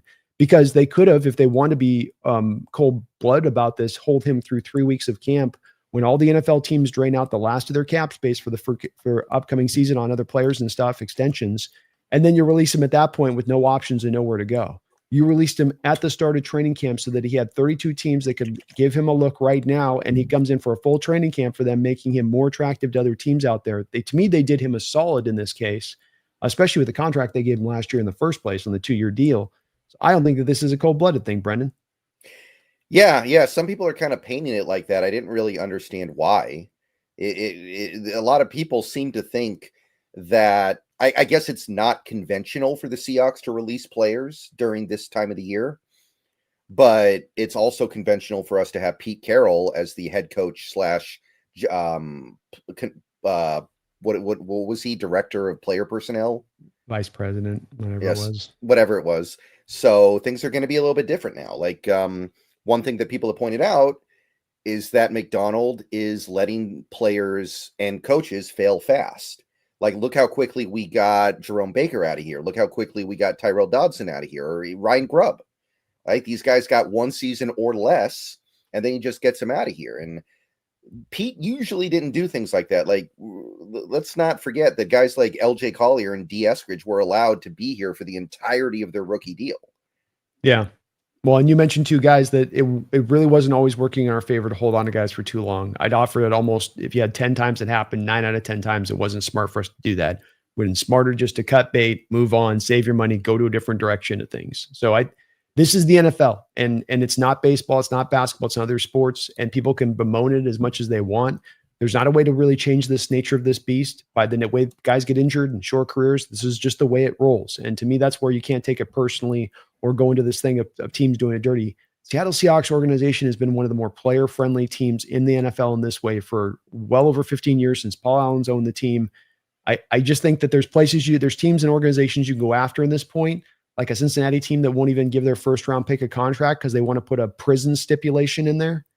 We are not on that end of things. And so when you have people that infer that we're on that end of things, it's like, man, you're out of pocket, you're misplacing this majorly, and you're kind of, getting lost in the forest, spite the trees there, and not looking around you at what's going on with these other organizations and their teams that go way more cold-blooded than we ever have here with John. Right. And if there are any issues going on with this team right now, a lot of them might come back to the fact that they're probably going to be sold very soon, and they're a little bit antsy about doing certain things that they otherwise would have no problem doing, which is understandable, right? This is a business at the end of the day. Yeah. They're making money, so it has to be some kind of a business. Agreed. Mm-hmm. At the end of the day, it is a business, got to be run that way, and you got to be a little bit cold-blooded at times because that's just the nature of the show. But thank you, Wupo. Appreciate you for that. Matthew Clements has got 17 months on your channel of membership. Thank you for that, Matthew. Thank you. What's y'all's NFC West power rankings as of today?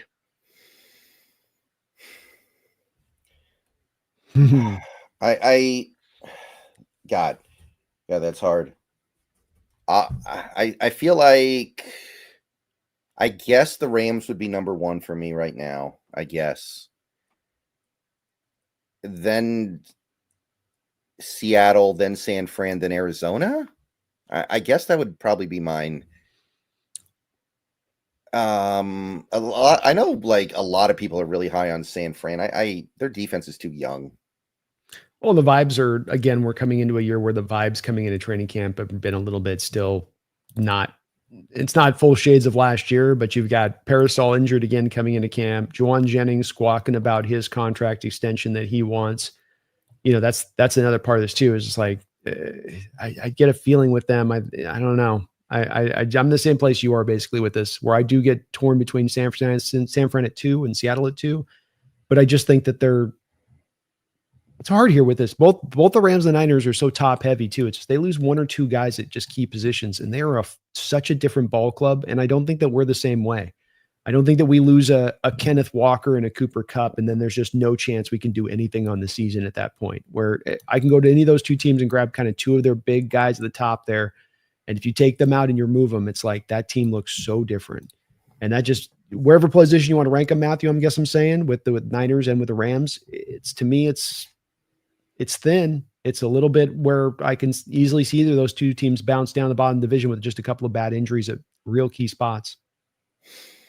Yeah. And even healthy, I don't think any of those teams are overwhelmingly great. Like, I think the Rams are probably number one. I don't think they're a great team, though. I think they're a deeply flawed team. And realistically, Stafford was already showing some negative signs last season. He got incredible interception luck for them to keep that season together enough to win the division. And now apparently he's already going into camp with some less than optimal injury stuff. Like I think it's the elbow now is what they're saying. Was it the elbow or back? I thought it was the back. Okay, maybe it is the back. Maybe it's both. Like, he is 39. Who knows? Probably everything's hurting on that body. Yeah. So if that happens, they got nothing. Like, who's their backup quarterback? Garoppolo? Mm-hmm. Yeah, that's not going to work.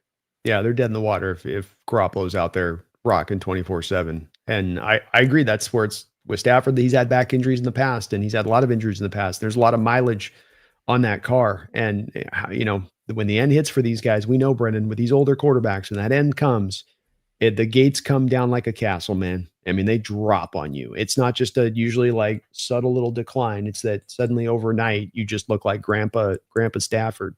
Mm-hmm. And I think people underestimate that it's not like this gradual decline for these players most of the time. It's like a light switch. Like, Peyton Manning went from top 3 quarterback to worst starter in the league in like 6 games. Yeah. You know what it is? It's like, Brendan, it's like the person that's, like aging, and they like have all this stuff they're putting on their face. They're doing all this stuff to like moisturize and keep it this way. And then it works through like, 40s and then low 50s. And then they get to like 56. And then just suddenly it all of what they've held back for years, the floodgates wise, just comes forward now on their face, and they age overnight almost. Like, I feel that the quarterback position is a bit like that too, because they get to go a little bit further than other places where it's like 34, 35, 36, 37. Other positions you'd be long out of the sport. You can kind of push this, but then when it hits, it's like, ooh, it came last night. It did. Yeah. I mean, Tom Brady was a top 2 quarterback one year. The next year, he was barely worthy of being a starter, and then he retired. Yeah. Happens like that. It comes quick, man. It comes quick. But thank you, Matthew. Appreciate that long time support. All of the members on each of our channels. Thank you guys for all of that. You guys you make our channels go in that membership. So I really appreciate it with that. Seth K. Aloha with another $5 donation. Thank you for that, Seth, on your side of it. Says, why is the narrative that the 49ers will have a great defense, even though 5 of their 6 starters will be rookies? Expectations are too high, in my opinion. It's all about Saleh. They think Saleh's going to bail him out. And Saleh's great. Don't get me wrong. But I don't know if the personnel's up to it. Like, what are they doing? What are they doing with that interior? I don't love the interior. Aren't they starting with like one of their safeties already on IR? The Mustafa, yeah. So that's not great. Maybe he'll get back to. I was talking about. Like everything, like Ayuk's still on it.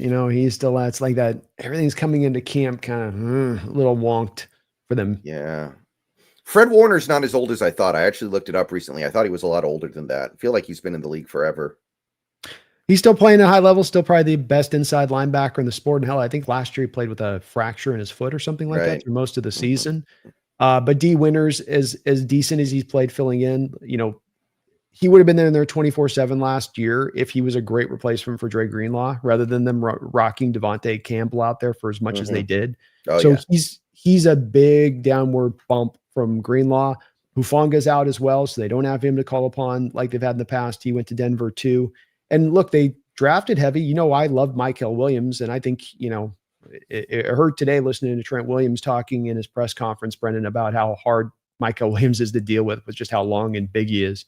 The other guys you drafted, Collins, and then what was it? CJ West, the other defensive tackle they took? Yeah, CJ West. I think that's right. So they got run pluggers in there, definitely, and that's going to help the run defense. And look, they're trying to get ahead of this trend of teams trying to run the football, so they're trying to bring a lot of these guys in to do that. But who's rushing the passer?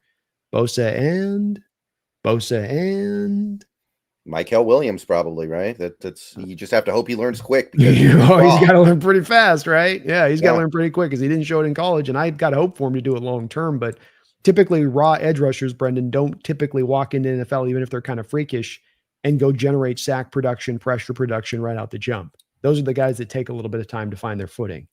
And so I think that that's what's going to hold this team back, is you don't have the secondary of lockdown guys on the back end to get it done. And then you're not going to have the pass rush to force it quick, because that's where the Rams get by on that. The Rams can kind of get by in a weaker secondary because of the fact that their pass rush gets home so quick and that you don't have to cover for so long. But that's not going to be the case of the Niners to me. Yeah. They got some holes over there, and I don't think that Salah's enough to patch everything. And no. I'm also looking at that offense, and I'm like, Brock Purdy, he's right on the cusp of having an 8-yard arm. He didn't have a great arm to begin with, and with all these arm injuries he's had, it's not going to be long before he can't get the ball downfield at all. Well, he's not having players generating the kind of separation that he did when he walked in the door. When in that first year when he walked in, I think he had 4 of the top 15 receivers / tight ends in the sport at generating separation per route run. And that means he was throwing to wide open guys when he was throwing to them. And that's not going to be the case this year with the guys you got out there on that outside either. So the Niners are in some trepidatious ground here just a little bit. And I'm not buying into those rookies being the saviors for them. So even with Robert Saleh, by the way, look, yeah, he's a good defensive coordinator theoretically, but one of the things that even Niner fans will tell you about that they're worried with him is that he's got a lot of the things Carroll did having going on with the lack of changing coverages pre to post snap.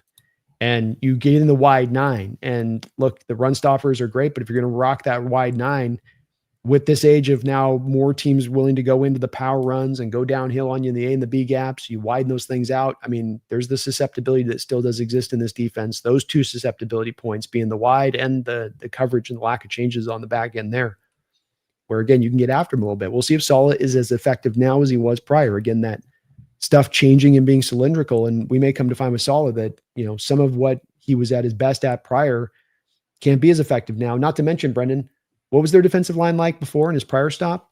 Eric Armstead, DeForest Buckner, Bosa, Hyde. They had one other guy. I'm thinking Umananea, I think, or something. The guy went to the Chiefs. It was pretty stacked. I can't remember all the names, but it was good.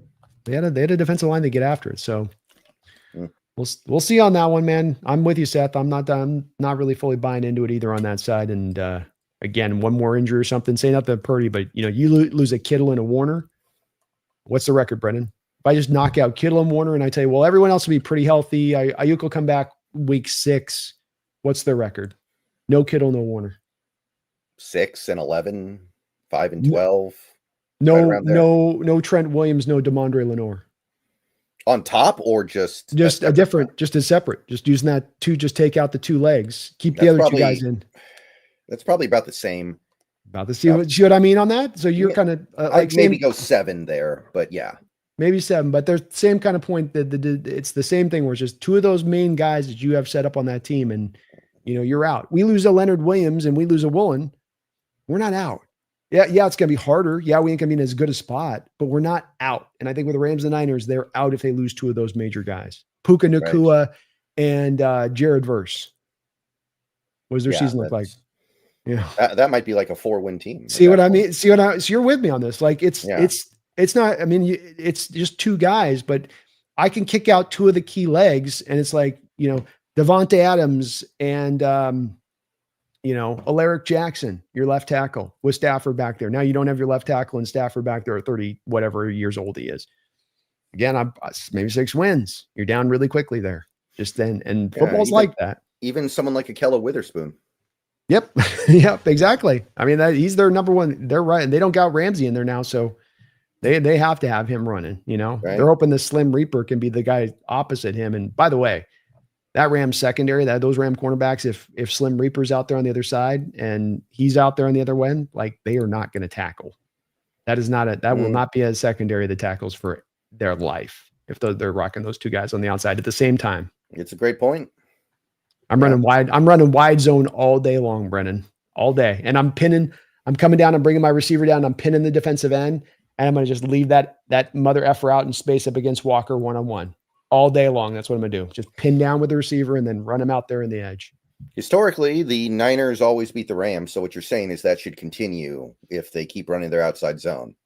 It should, because these guys do not tackle. And my friend Jake, they're over at that Rams channel that he runs. It's like he loves the coverage ability of the killer. And I'm like, yeah, you're going to see with the tackling. That's why this guy's bounced around the league. It's not because he can't cover, it's because he doesn't want to tackle, and teams are aware of it.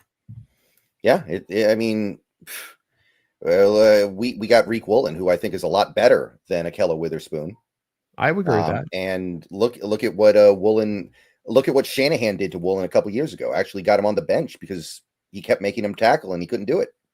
Modern offenses will isolate you in that way. They will absolutely do it, and they can with the scheme. And they can get the blockers to one side of the field to where they can leave your corner out there on the island to do it. So there's nowhere to run. You could do it like in the Deion Sanders area where you could kind of have a corner you somewhat protected because teams weren't running the outside zone as much. They weren't out getting to the edges as much, but not anymore, man. Now teams will find a way to get that guy and pick on him.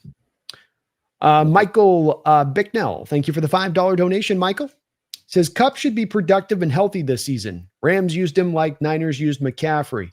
He won't have to be the workhorse on the Hawks. I'm excited. Yeah. My understanding, I know Dan Viennes is at training camp right now, and he said that Kupp looks healthy right now. So we're getting off to a good start there. Hopefully it holds up.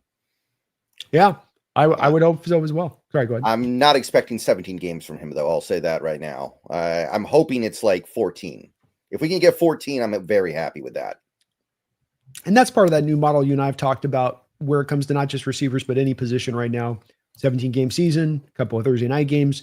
The new model, especially when we go to 18 games, this is even going to be even more reinforced, Brendon, which is that it is more about the collective, and that you used to 10 years ago, maybe it is just that one receiver for 16 games and you're riding on his back and stay healthy and make it roll. Now it is going to be a bit of putting things together from a cobble fashion. You and I talked about Nwosu Clowney. I get 10 games of Clowney. I get 7 games of Nwosu. I get good edge play from the combination of those guys at a decent price. Not the worst of ways to go in this modern era to build in a little bit of that. Look, not everybody's going to be able to get through this full schedule anymore. It's brutal. Guys just aren't. Guys are getting injured more. It's just the way it is. And so I agree with you. Just getting at least that collection of games out of him should be really good. I do worry Michael a little bit with Kupp, and then it's the same thing like with Deebo Samuel, where you get these seasons where these teams use these guys up this much, where they're just, riding that mule up the Grand Canyon, another trip today, and the mule's just and it can't breathe, and like another trip. And then did you take something out of him a little bit? Like the old Princess Bride. Remember the machine in Princess Bride where they could take a year off your life? Did you ever see that movie where he's like, that was a year of your life? Like, did it sort of take like 3-4 years of Kupp's, professional life off, a little bit of that Triple Crown, and a couple of those years where they just, Michael, you're right. They used him like that. Oh yeah. The Princess Bride is actually one of those movies I've not seen, but I know what you're talking about because I know what happens in the movie.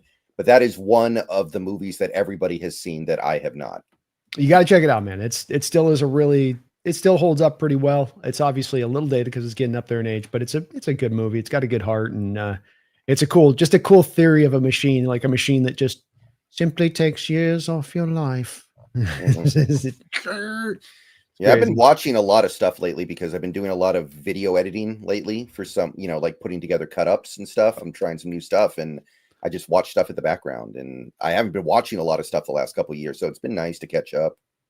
There's those classics that actually hold up. You can go back and watch them. They did a good job on, especially with some of the new Hollywood productions, which are like, Lordy. Right.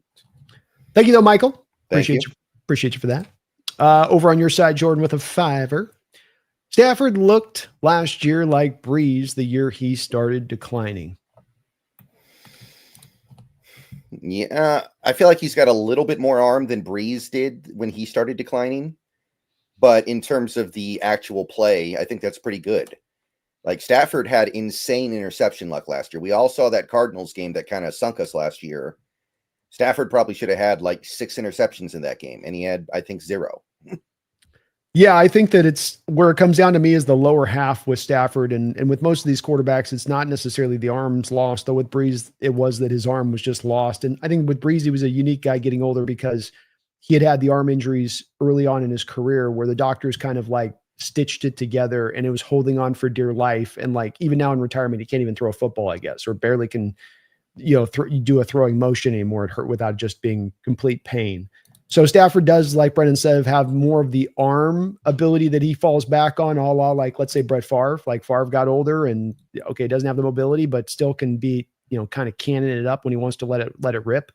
But I think that one of the reasons those interception near misses happened, Brendon, with him last year is because times where maybe in a younger self, he would get away and use a little bit of his mobility to get away from the pressure. He couldn't. And so now you're trying to do that throw where you're just going to try to lace it in there a little tighter, get it in there in a little bit of a shorter spot there, and where you wouldn't make that throw in previous years because you just know you can't get away. And I think that that's where the decline starts to really hit him in a major way. I said watching him doing the when he had to get to outside zone, it's one of my it made me laugh so hard last year, Brendon, the opening week of the season, because the camera got right in. I think I've told you the story, but camera got right on his face and he's got to go to the outside zone and hand it off. And I'm hearing chariots of fire in my head as I'm watching him because they did the slow motion with him. Like he does the play and you're like, man, he really struggled to get out there to that outside zone. Like he was running like Tom Cruise in Mission Impossible to get out there to that wide. And then they go to the slow motion, and he's like, dun, dun, dun, dun, dun, dun. Dun, dun, dun, dun, dun. And you see like panic on his face that he's not going to reach the handoff, like he's going and he's like, and then he finally just barely gets the handoff there, extended out to Kyron, and Kyron takes it, and he's getting old, aren't you there, Matt? Yeah. Getting up there just a little bit. And like we were just talking about, when it happens, it's going to happen very fast. It's not going to be a gradual over 3-year thing. One day he's just not going to be a competent quarterback anymore. It is going to come. And it's the way it's hit for all these quarterbacks, even these guys, they get Peyton Manning, MVP, best offensive season in history, right? All the yards they threw for. And then within 2 years, a shell of himself. Right. And so it is just the way it goes. They get a little bit more of an elongated shelf life to these quarterbacks, these star quarterbacks, Jordan, to your point on that, but and Brennan's point on it, but it will absolutely land at some point or another. And he's close to that time. He's played a long time, especially considering all the playoffs in addition in recent years. It's a lot of time. Even Russell Wilson's not a bad example. He threw 40 touchdowns in 2020. Next year, kind of sort of had that 1 year where he was just okay. And then the next year he was the worst quarterback in the league. And he's come back the next couple of years as kind of like a Jimmy Garoppolo type who can hand the ball off a lot and then run a ball control offense. But he came off that top 5 mantle in an instant. It's not like LeBron. LeBron has been kind of slowly diminishing over the last 6 years or something, but that doesn't happen in the NFL. Yeah, I mean, with Russell, there's people that'll say there's a game in 2020 like the Cardinals that he got concussed and it broke him and he was never the same. I mean, there's fans that'll tell you that on it, down to like one game where you could see the line of the age basically turn over, the page, right, to your point, turn over. And certainly Russell as well aged really, really fast. And so it may be at 34, maybe 35, maybe it's at 38, but when the age comes, it's not going to hit with that, like LeBron. And LeBron, I think, is aided by it's a hell of a drug, that HGH, you know what I mean? It's a hell of a drug. Probably. I mean, there have been people that have said, look, I know his dealer. There have definitely been people out there who have said it trust me, it's happening. There's no way you're playing at the age he's playing at and doing what he's done through all these years. And unless he's being aided chemically, I don't think he's that. He's a freak. That's for sure. Freak show, like as far as talent and physical ability and all that. But I would bet quite a lot of money on the fact that Mr. LeBron's had some aids, some helping hands on that one in the syringe fashion things. Basketball players are able to kind of, generally speaking, age a little more gracefully, I think, anyway. They are. And especially if you're born with like he was, or like Vince Carter was, with those natural like super gifts, it's that whole thing of like NFL players where you lose the step, but you're still damn fast. So it's like, right. It ain't the worst thing there. Along this, thank you for the 20. Very kind of you, along this. Thank you for the $20 donation. Really, really kind of you. You guys have been amazing today. We haven't been able to get through the donos today, just so many. And you guys are kicking us off right here with the new BNB year. So I really do appreciate you for that. He says copium and hopium are the best drugs this time of year. Yeah. Early in the football season is like Christmas, but that like 80% of the fans are going to wake up on Christmas morning and Santa's going to be there with a chainsaw to kill them and their whole family. Like, you understand that, but it's still Christmas Eve, right? Just because there's an 80% chance you're not going to get what you want and Santa's going to kill everybody doesn't change the fact that it's still Christmas Eve, and it's like great things are possible. Every fan base is feeling like that right now. Great things can happen.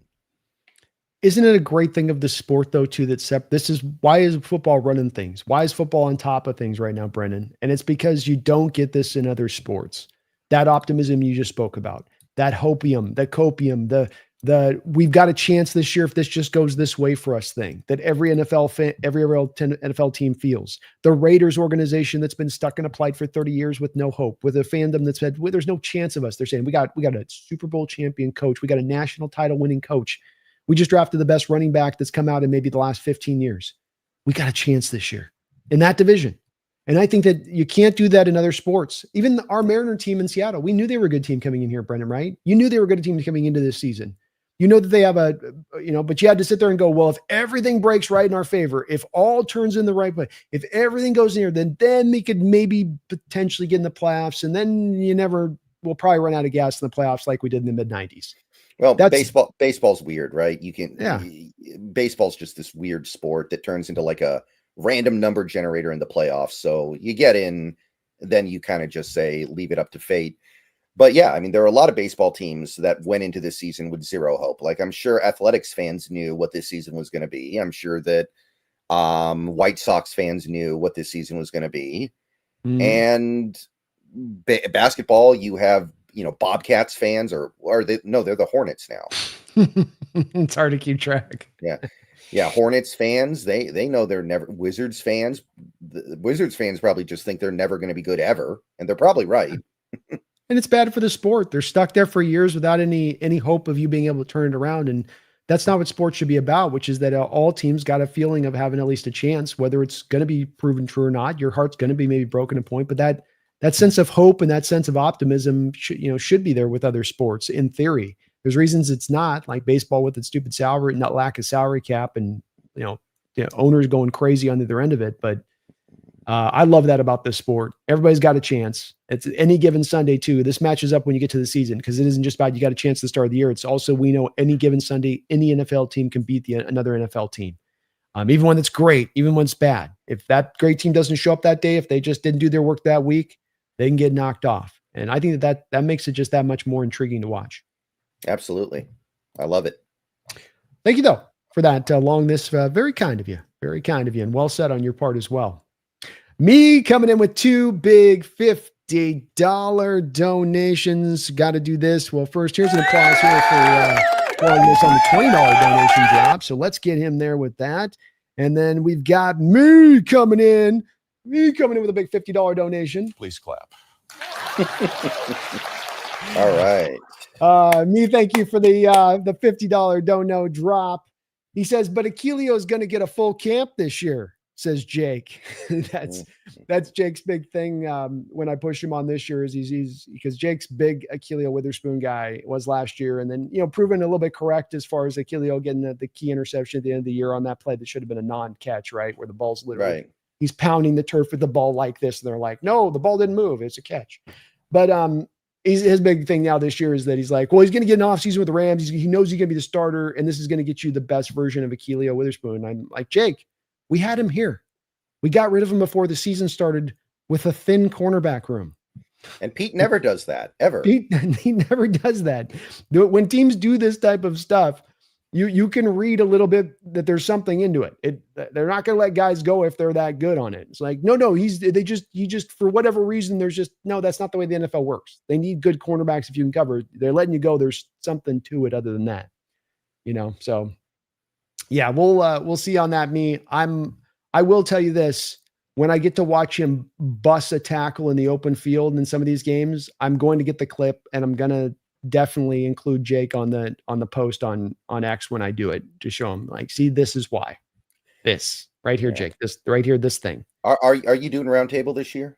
I am. Yeah. Okay, we're going to we're doing it on the show. Maybe you can even play the clip on the show. Oh, I will. Oh yeah. I'll be like, here, get the host. Can you play this for Jake? Just notice the lack of breakdown. Notice the complete disinterest and a willingness to wrap up.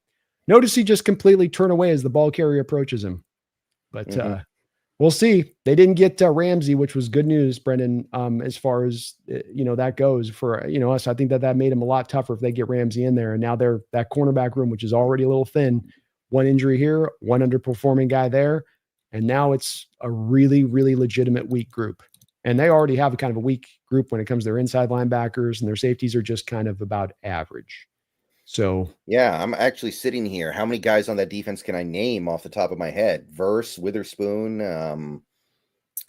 the Braden Fisk, right? That's his name. Braden Fisk in there. Joe got Kobe Turner. Mostly the defensive lineman that when you think of, you're like, that's all you can. And they got a good line, but Puna Ford. Oh yeah, they got Puna. I like Puna. That's not bad, but another defensive lineman. I don't know who their linebackers are right now. Well, they're trying to rock Troy Reader out there again. They're still rocking the Reader train. Wow, that's unbelievable. Yeah, I know. They don't like inside linebackers, man. They don't pay him. They did take Paul. Did you like Chris Paul? The 250? No, he's too small. I can't take him seriously. He's a very small dude. And both the Niners and Rams, Nick Martin too, went to the Niners in the 3rd round. Like they went tiny inside linebacker. I mean, I'm talking tiny inside linebacker. Move to safety is what needs to happen. You might have to. I know that the linebackers inside have been getting lighter and lighter, but 215 pounds he's like 5'11" too or something. I don't know how that's going to work. How are you going to get off blocks? I mean, you better be cat lightning quick at that size. Right. You're going to pull it off of that. We also got me coming in with a little bit of another $50 donation here from Brendan. All right. Thank you for that, my man. Me been so very kind throughout the offseason, helping to keep the lights on over on my side as well with these big monster donations. And that's very, very, very, very kind of you, me. I really, really appreciate you for that double dip donation on both sides of it here. And you guys have been just tremendous as ever with a ton of donations in on the channel. And really do thank you guys for that, as we will be coming through strong as ever this year. We will be doing the bare minimum Thursday shows, and we will try to get a couple of other shows mixed in there as maybe news comes down the line that's worthy of discussion or that we need to, cover that does pop up. Maybe if we get a Micah Parsons trade down the line, I'm trying to kind of speak it into being here, maybe a bit here, Brendan, on that one. But I mean, Brady put the thing. I mean, Brady lit this wick, right? He lit the wick here. That's all I'm saying. I mean, he literally is basically giving us a wink with that thing. Yeah, and it's not just him, right? I mean, it makes sense. We need superstar players. We could use an edge rusher for the long term. Like we're not really married to any of our edge rushers right now. Like all these guys could be gone in a year and it wouldn't be shocking. And Parsons, a player this good, this young should never, ever be available on a trade, but he is, because the Cowboys are probably misplaying this.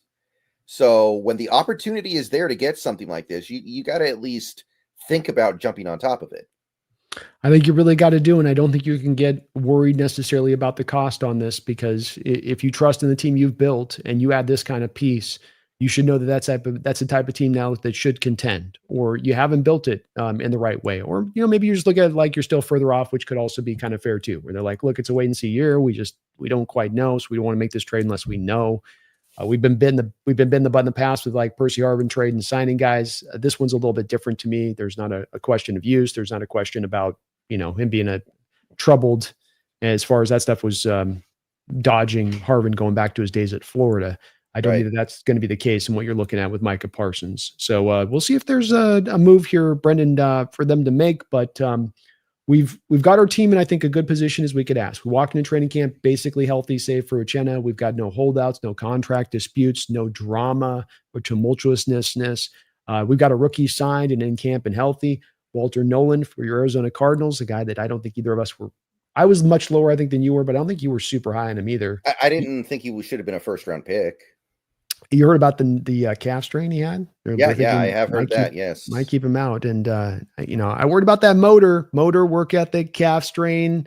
You haven't even started out training camp. You already got a calf strain in the first couple of days. Well, did you have your body really truly prepared to play at that point? I'm connecting dots there, but I don't know about that guy. I don't know on that one. We'll see with it how it goes there with him. Yeah, the Cardinals did make a lot of upgrades to their defensive line beyond just Nolan, though. So it's not just that. I mean, A couple people pointed out they had nothing on that defensive line last year, and they have overhauled the whole thing. And they've got a lot of youngsters that are going to come back that should take steps forward and that do have a lot of talent, be it Ojulari or be it Darius Robinson, that they didn't get anything out of. That there's still something there with those guys as far as potentiality goes in their level of play in addition to what they have in that line. So it will be better. It's not all rocking on Walter Nolan to come in there and make it go for them. They're going to be a tough team this year, as they've gotten steadily better under Gannon in the past couple of years. That's for sure. Oh yeah, definitely. Woo! We got Long this coming in with $100 donation. Let's go. Let's go. Very kind of you, Long this already with a $20 donation on the books, dropping another $100 donation drop. Thank you for that, my brother. Yeah. Really, really, really appreciate it. He says, I'm not being mean, but I expect the Hawks and Cards will be fighting for third in the West this year. I don't think it's mean. Yeah, I think that's certainly a possibility. I think that it's on the table. And I think that, again, if something like that happens, it's going to come back to lack of star power. We have a lot of good players. We have some very good players. Maybe we even have great players, but there's a deficiency on this team of truly elite players at their position. And think about the Seahawks teams that were great more than 10 years ago. Think about those teams. They had Sherman was probably the second, or he was either one or two on the cornerback list at that time.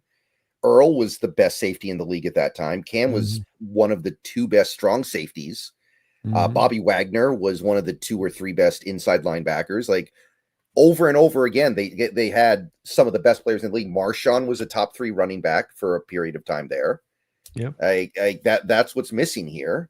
And I can acknowledge that it's not there right now going into the season. So if that ends up being the thing that costs us a good season, I'm not going to be completely shocked by it.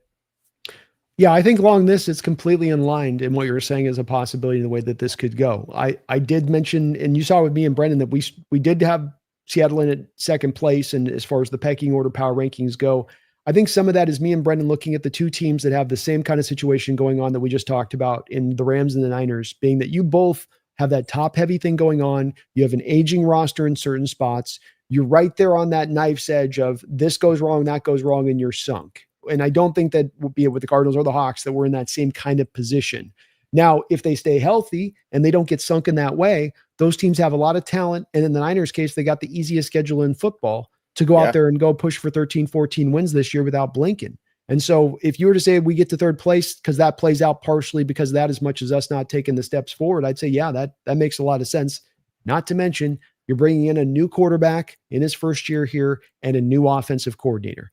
I don't think that history would say that in general terms, remove all the other stuff, Brendan, remove everything else. If we just take that in general terms of those conditions, that tends to be that you're lighting the world on fire in that first year right out the gate. I think to Matt Ryan and Shanahan in that first year where it was a little bit rough the first year with those guys. Shanahan and who was the one when he was in Atlanta there? Matt Ryan. Matt Ryan. Yeah, Matt Ryan. And that it was a little bit up and down that first year, but then the second year you got the MVP season out of Ryan. Right. I think there's reasons we can kick this faster, but it wouldn't surprise me if it was a little bit slower on the other side. Yeah. It would not shock me. I'm coming into this season with an open mind, but that goes both ways. Yeah. And I'm the same way with this Longness. Definitely hopeful and definitely prognosticating that this team does get in the playoffs this year and take a step forward with that.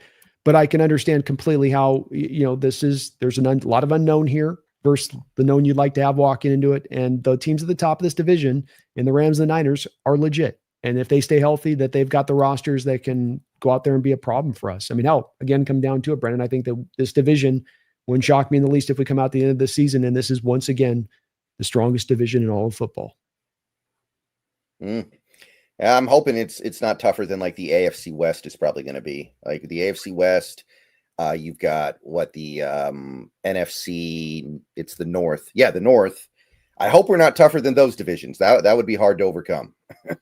It would be tough, man, but it's wild if you look at the last 10 years and when all the records are all settled out and when everybody's, you get the final game of the year, how many times this division has been that division sitting on the top of things or number 2 right in there. And I don't like it. I'd like to have a little more of a feast factor, dude, to where we can beat up on some weak Nellies there throughout the season a little bit to kind of catch a couple breaks in there. And that's the other way this could turn too with this Longness is that, you get both the Rams and Niners, let's say, do sustain those key injuries and both teams have it happen at the same time with the aging rosters, suddenly now this division gets a little bit easier if it goes to the other side too. So there's the way this could work to the other end of the scale. We come back to the thing you brought up before on this long list about the copium and hopium, about there's so many different realities to the way the NFL season can play out. It's not fixed. It's not on that path where I'm the Dodgers in baseball. I've spent $375 million on my payroll. I'm not going to be bad. We're going to be maybe not great, but we're going to be good to just right on the precipice of great, if not there. Right. I think that's probably about a pretty fair assessment about where things stand right now. But some of these divisions, man, I don't know. Like I think that the NFC North, that's going to be a bloodbath all year, I feel like. So I feel like Detroit takes a step back this year. They will, but they'll be good, right? They'll be good. They should be. Ben Johnson's a big loss there to me. And I look at where their defense is at as well. They've already lost Ozaruke for the season there.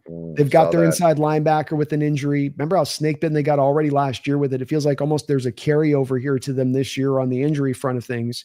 Minnesota's got a rookie quarterback out there. I understand that they've stacked that roster up, and it's a good roster. It is, but that still is a rookie year of a quarterback. I was watching that breakdown with the Coleman's doing with Schneider, and they're talking about how like Darnold's season he had last year with the Vikings. If that's a rookie quarterback productive year, that's a rookie quarterback coming in and producing that season. It's like kind of an all-time rookie year for a quarterback. There's never been anything like that. Right. So it's like the best rookie quarterback year ever is probably Andrew Luck. Right. And the numerically, at least Darnold was way better than that.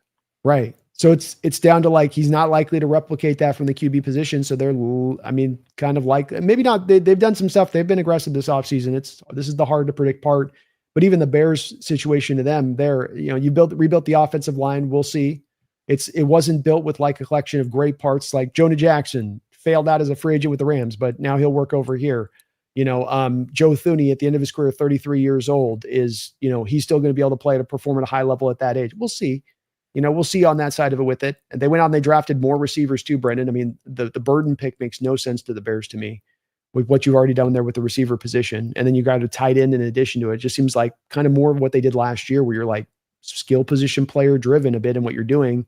You're going to have him throwing the ball too much and Caleb Williams. We'll see. I could see him being, you're not wrong in that there's a potential for that North to be really good, but I think that's a division too that's getting a little bit hyped up falsely versus, I don't know. We'll see. We'll see on that one. Yeah, O'Connell's too good, I think. That Vikings team, they'll not be as good, I'm sure. But he'll cover for it. I think they definitely get to your point, 10 or 11 wins. But I think that is a little bit of where they step back, and I could see the Lions with the step back, and the Bears still not quite able to push, fully through, and then maybe the Packers take the division or something, and then they get out with like 11 to 12 wins. They'll be a good division. Don't get me wrong there. It will be every team will be tough to deal with, but we'll see. And AFC West, I don't know on that one. I think those teams got a little bit of an easier schedule last year and what they got to roll through, and that kind of helped out Bo Nix and company. And this year their schedules are going to be a bit tougher. We'll see how it rolls with them. The team should be better, though. I feel like that team is better. Yeah. And the Raiders will be better, too. You're right there. I mean, those two teams even the Chargers, theoretically should be better under Harbaugh in year two. Right. And, the Chiefs, hopefully, for them anyway, they have their left tackle situation solved long term. If they can get that under control, things will probably be better for them, too. Bold prediction, Chiefs don't make the playoffs. Really? Yeah, I'm not going to do that. I'm definitely not doing that. Like, that defense is too good. They still have Spags. Their receivers can't be worse than they've been over the last couple of years. I have a hard time with that one. I don't know about that receiver thing. I agree with you on all the other stuff, but we'll see with that receiving core if it's ready to be legitimate like that or not. I think too the tight end position for them is going to be. We already started with Kelsey kind of starting to slow down last year, and he's getting way up there. We'll see. That was my bold take for the season there that somebody's asking me about though, and I had just an itching suspicion. I do think Kelsey's cooked, but it'll probably be something where he doesn't do anything during the season, and then he'll have some random 12 catch game in the AFC title game or something like that. Well, and even Mahomes the last couple of years hasn't looked like Mahomes did, like when he was looking like he was on GOAT goat run playing. He's kind of come down to earth a little bit himself here. I think that has more to do with the receivers being so substandard, and also the left tackle spot's been a revolving door there. Yeah, I think that has more to do with it. Yeah, I mean, their offensive line was back to that broken down state last year at the end of the season, and certainly since Tyreek Hill's left, they haven't, had the same kind of deal going on there. So, right, that's true. We've got a $50 donation over onto Brendon's side of this. You guys dropping the big old donos today. Appreciate you out there. I have a soundboard too, but it won't work on StreamYard. It will only work through my OBS. Oh, geez. Huh. Yeah. That's weird. Yeah. And most of my sound clips would just get this stream demonetized anyway. So don't worry about it too much. One of them is the guy playing Titanic on the recorder. And because it is the My Heart Will Go On thing, even though it's being played on recorder, it still gets you dinged. I hate that with the music, because they'll let you get through with the video stuff, and you can do a clip of a movie for 5 seconds is okay. But if you use 3 seconds of a song, it's really for a 3-second clip, it's gonna seriously. But yeah, they're hardcore about it. Yeah, sometimes you can't even sing a song yourself. You can sing a song yourself on stream and get demonetized for it. Yes. Come on, man. So ridiculous. Meanwhile, they're paying streamers a quarter of a cent for plays on Spotify. I'm right. Okay. All right. Rayleman Lives, thank you for the $50 donation over on Brendon's side of it. You're really kind for that. It says, no. The Hawks win the West. Some saw saying Milroe shined in camp today. For what it's worth, let the games begin. Yeah, Jaylen Milroe, everything's fixed. Had you heard, Brendon? The throwing motion's fixed. All the problems are fixed. He's good. Yeah, I did see a couple things that were encouraging. Corbin was talking about it during rookie. It was OTAs. He was talking about this. We'll see what happens when he's actually under fire. Because right now, remember, they can't tackle. Quarterbacks probably aren't even really getting rushed all that much. There's still a ways to go here. But I will say he's got the right attitude so far. It seems like that if this can work, he's going to give everything he has into making it work. Yeah, it seems like there's a work ethic involved here that I think a lot of times, to Brendon's point in this, Ray Lemon, that when you have a quarterback that has natural gifts, but then also has so many other things he needs to overcome and work on and fix, that you don't get the work ethic in tandem with that. That's a guy that's just kind of getting by on his natural ability, a la like a Cam Newton, who I don't ever think really refined his throwing motion and really got it better over time. I feel like he kind of was the player he was when he walked in the door, almost just about as a rookie. So he's got the work ethic that can allow him to maybe give him a chance to go out there and do this. I still find myself in the firm camp of saying, outside of those snaps you're giving him out there to kind of work him in as a curveball for Sam Darnold for 6-7% of the snaps game here and there, that you let him sit on the bench aside from that. You don't, if something happens with Sam, start Drew Lock, keep Jaylen Milroe in that role then. Don't thrust him out this year. Try to give him the 2 years to sit on the bench to get the kinks worked out. Yeah. I don't think there's any decision to make there, honestly. And you just gave Sam Darnold $100 million contract. Don't mess with him by trying to put Jaylen Milroe's footsteps right behind him. Have confidence in him until he does something to make you lose all confidence in him. Well, and to your point though, with the let the games begin, like Rayleman's intimating here a little bit, you and I are going to be having a lot of conversations within our own chat over the next 6 months in regards to trying to tap those breaks, those exact same breaks. If you gave this guy the money, let this thing, don't rush him out there. You don't need to rush him out there. The specter of Russell Wilson and how Russell had instantaneous, really good play right out the gate and how magical he was. I want that again. And I get it, but really we got to let this thing be patient and let him have his chance to develop, in my opinion. Yeah, I'm not a big Sam Darnold fan. I don't think he's a very good quarterback, but I want to give him this chance, and I want to give him a full chance to be the guy for the Seahawks. Yeah. I don't want to take Milroe to the Coldplay concert right now. I'm People are going to see, Sam Darnold's going to see that. I'm going to get in trouble. I'm going to have to get divorced with Sam Darnold before we even get the chance. No, don't take him to the Coldplay concert. Take him somewhere where nobody else is going to be. At least go to I don't know. Where do people not go to concerts anymore? Hey. You will take him to the Vegas Dome because at least you're in the light under darkness. Nobody can see you there. You got to take him to something. And I just got the picture now of Mike McDonald holding Milroe. Yeah. Yeah. And Schneider, well, is it McDonald or would it be Schneider? No, it'd have to be McDonald because he'd have to make the call on. I don't think Schneider would come in and say you got to start him, but I could see McDonald just being like, he's just like Lamar, just like Lamar. Yeah, but Schneider's the one who would like Coldplay. I don't think McDonald likes Coldplay. Agreed. I think Schneider would be way more of a Coldplay guy than McDonald. McDonald strikes me as a metal guy for some reason. Yeah, actually, I like it. See him being randomly into just like I'm talking Rammstein type, I mean, getting after it metal. Yeah, I like it. My best friend's super into metal. He loves like the Sabaton stuff. He loves the really, really hard stuff. Oh yeah, it goes nuts, man. They definitely go rough with it. So, but thank you, Ray Lemon. Appreciate you, man, for that support. And like you say, let the games begin as far as the quarterback competition battle goes and all of that. I think Sam will get locked up here, but that won't stop the reporters from getting the fans out there super, super stoked for it. Long this coming in with another $100 donation, man. Let's go.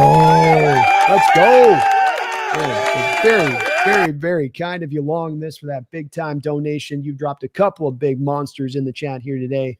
And you guys are, as always, amazingly kind in all of your support to both of our two channels. It's really, really appreciate everything you guys do for us on this. And thank you, man. Long this, just amazing support today on the channel. Absolutely unbelievable. He says, Matt Stafford's health matters. Quarterback health matters for everyone. But the Rams are the third youngest roster in the NFL. The front, outside linebacker, defensive end, nose tackle, defensive end, outside linebacker are scary good and young. Alaric Jackson, sure. I don't think they're the third youngest roster in the NFL now. Maybe they were last year, because this year you've got Stafford, but now you also have Devontae Adams. You have Troy Reader, who's pretty old at this point. I'd be surprised if they're third youngest at this point. I've got the information actually here. It was up on, I found it up on X today, so I saved this. I'm looking right now where they're at here. So the Los Angeles Rams right now, average age is 26 years old. And really? That, to Brendan's point, that puts him at 17th. That's still younger than I would have guessed. That's younger than I would have guessed. Yeah, you got the Cam Kitchens out there. Your whole defensive line outside of Puna's really young. Your offensive line's relatively young there, right? They've got some pretty young guys there with it. So it kind of makes sense with it. There's definitely some exciting parts. I think when you touch on to me along this when you talk about outside line, and you listed outside linebacker twice, by the way, which is, I would just say on this, outside linebacker and defensive end in the Rams defense are essentially the same position. Right. And I would offer that with nose tackle, they're not necessarily particularly strong. Puna Ford's been a 3-tech for a very long period of time. That's mainly what he is he's kind of like Jaron Reed, where it's like you'll get a smattering of snaps at the nose tackle, but he's a 3-tech now. Mm-hmm. Kobe Turner's the same way, more 3-tech than nose tackle. Braden Fisk is a purified 3-tech. Now they're actually they lost, who was it they had? They had the, what was it? Oh, the UW guy. They had, the guy from UW. Shoot, what was his name? I know who you're talking about. Yeah, there was Bobby Brown, but there was also one other guy they had. I can't remember his name, and he went to UW. That's embarrassing. But it'll come to me. It's just the point. I'll agree with you completely along this. Outside linebacker, dynamic as hell. 3-tech is as good as you'll find in the sport. But I would say nose tackle is a little bit lean for them. And then when you look to inside linebacker is incredibly light. Cornerback is incredibly light. And then safety is just kind of average. And I think that's where, to me, they do have that pretty stark weakness there on that defense within that. What they're able to essentially do is, because it's so dynamic up front, they protect the back end so well. Linebackers and all that, because those guys do such a good job. And maybe this is a bit of a model that works for them that they can continue this year, and that we come to find that like Rams are ahead of this, and that what they've done is they've driven everything to the defensive line, and the defensive line is driving everything for them defensively. Could be that it plays out that way, but I would reckon that there is definitely some weakness in there to that on that side of it. And yeah, sorry, go ahead. Greg Gaines was the guy I was thinking of. Oh, okay, there we go. But he hasn't been there for a couple years, I guess. So okay. But they did just lose their one tech guy they had out there mainly last year. They lost into free agency, being I think it was Bobby Brown. And when I looked at their roster, they're very light up front. And remember the Eagles last year and what they did with their zone attack is come downhill at them, attack that lightness, attack the inside linebackers that could struggle to get off blocks at times, and then just get after it. And then the Rams kind of got countered on that because they didn't have enough pass rush opportunities to be able to get them behind the sticks and do what they do best, which is run their stunts and twists and get after the quarterback. So that's where you can kind of counter that to them, I think, a little bit. And like we walked into their trap last year with our offensive designs because we want to throw the ball 70% of the times. That's walking into the jaws of the Rams beast last year and how Grubb designed those games. Right. Thought experiment. If every team in the NFC West has their starting quarterback go down, who do you think wins the division? Seattle Seahawks.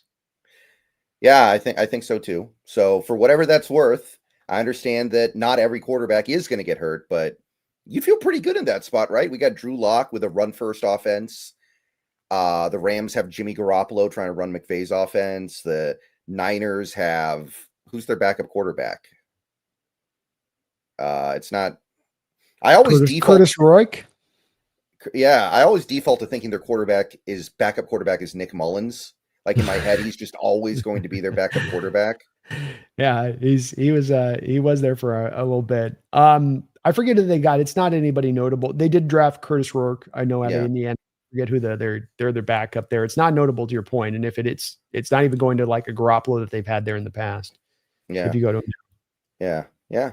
So for whatever that's worth, if you kind of remove the quarterback part of it, and again, like Stafford either being washed up or getting hurt this year is Mac Jones. Somebody in the chat just said it. They have Mac Jones now. McCorkle. That's right. We'll see with him. I'm definitely with him. Like, yeah, I don't think that they do anything with him and Mac Jones. Part of Brock and what he's able to do for them is his mobility.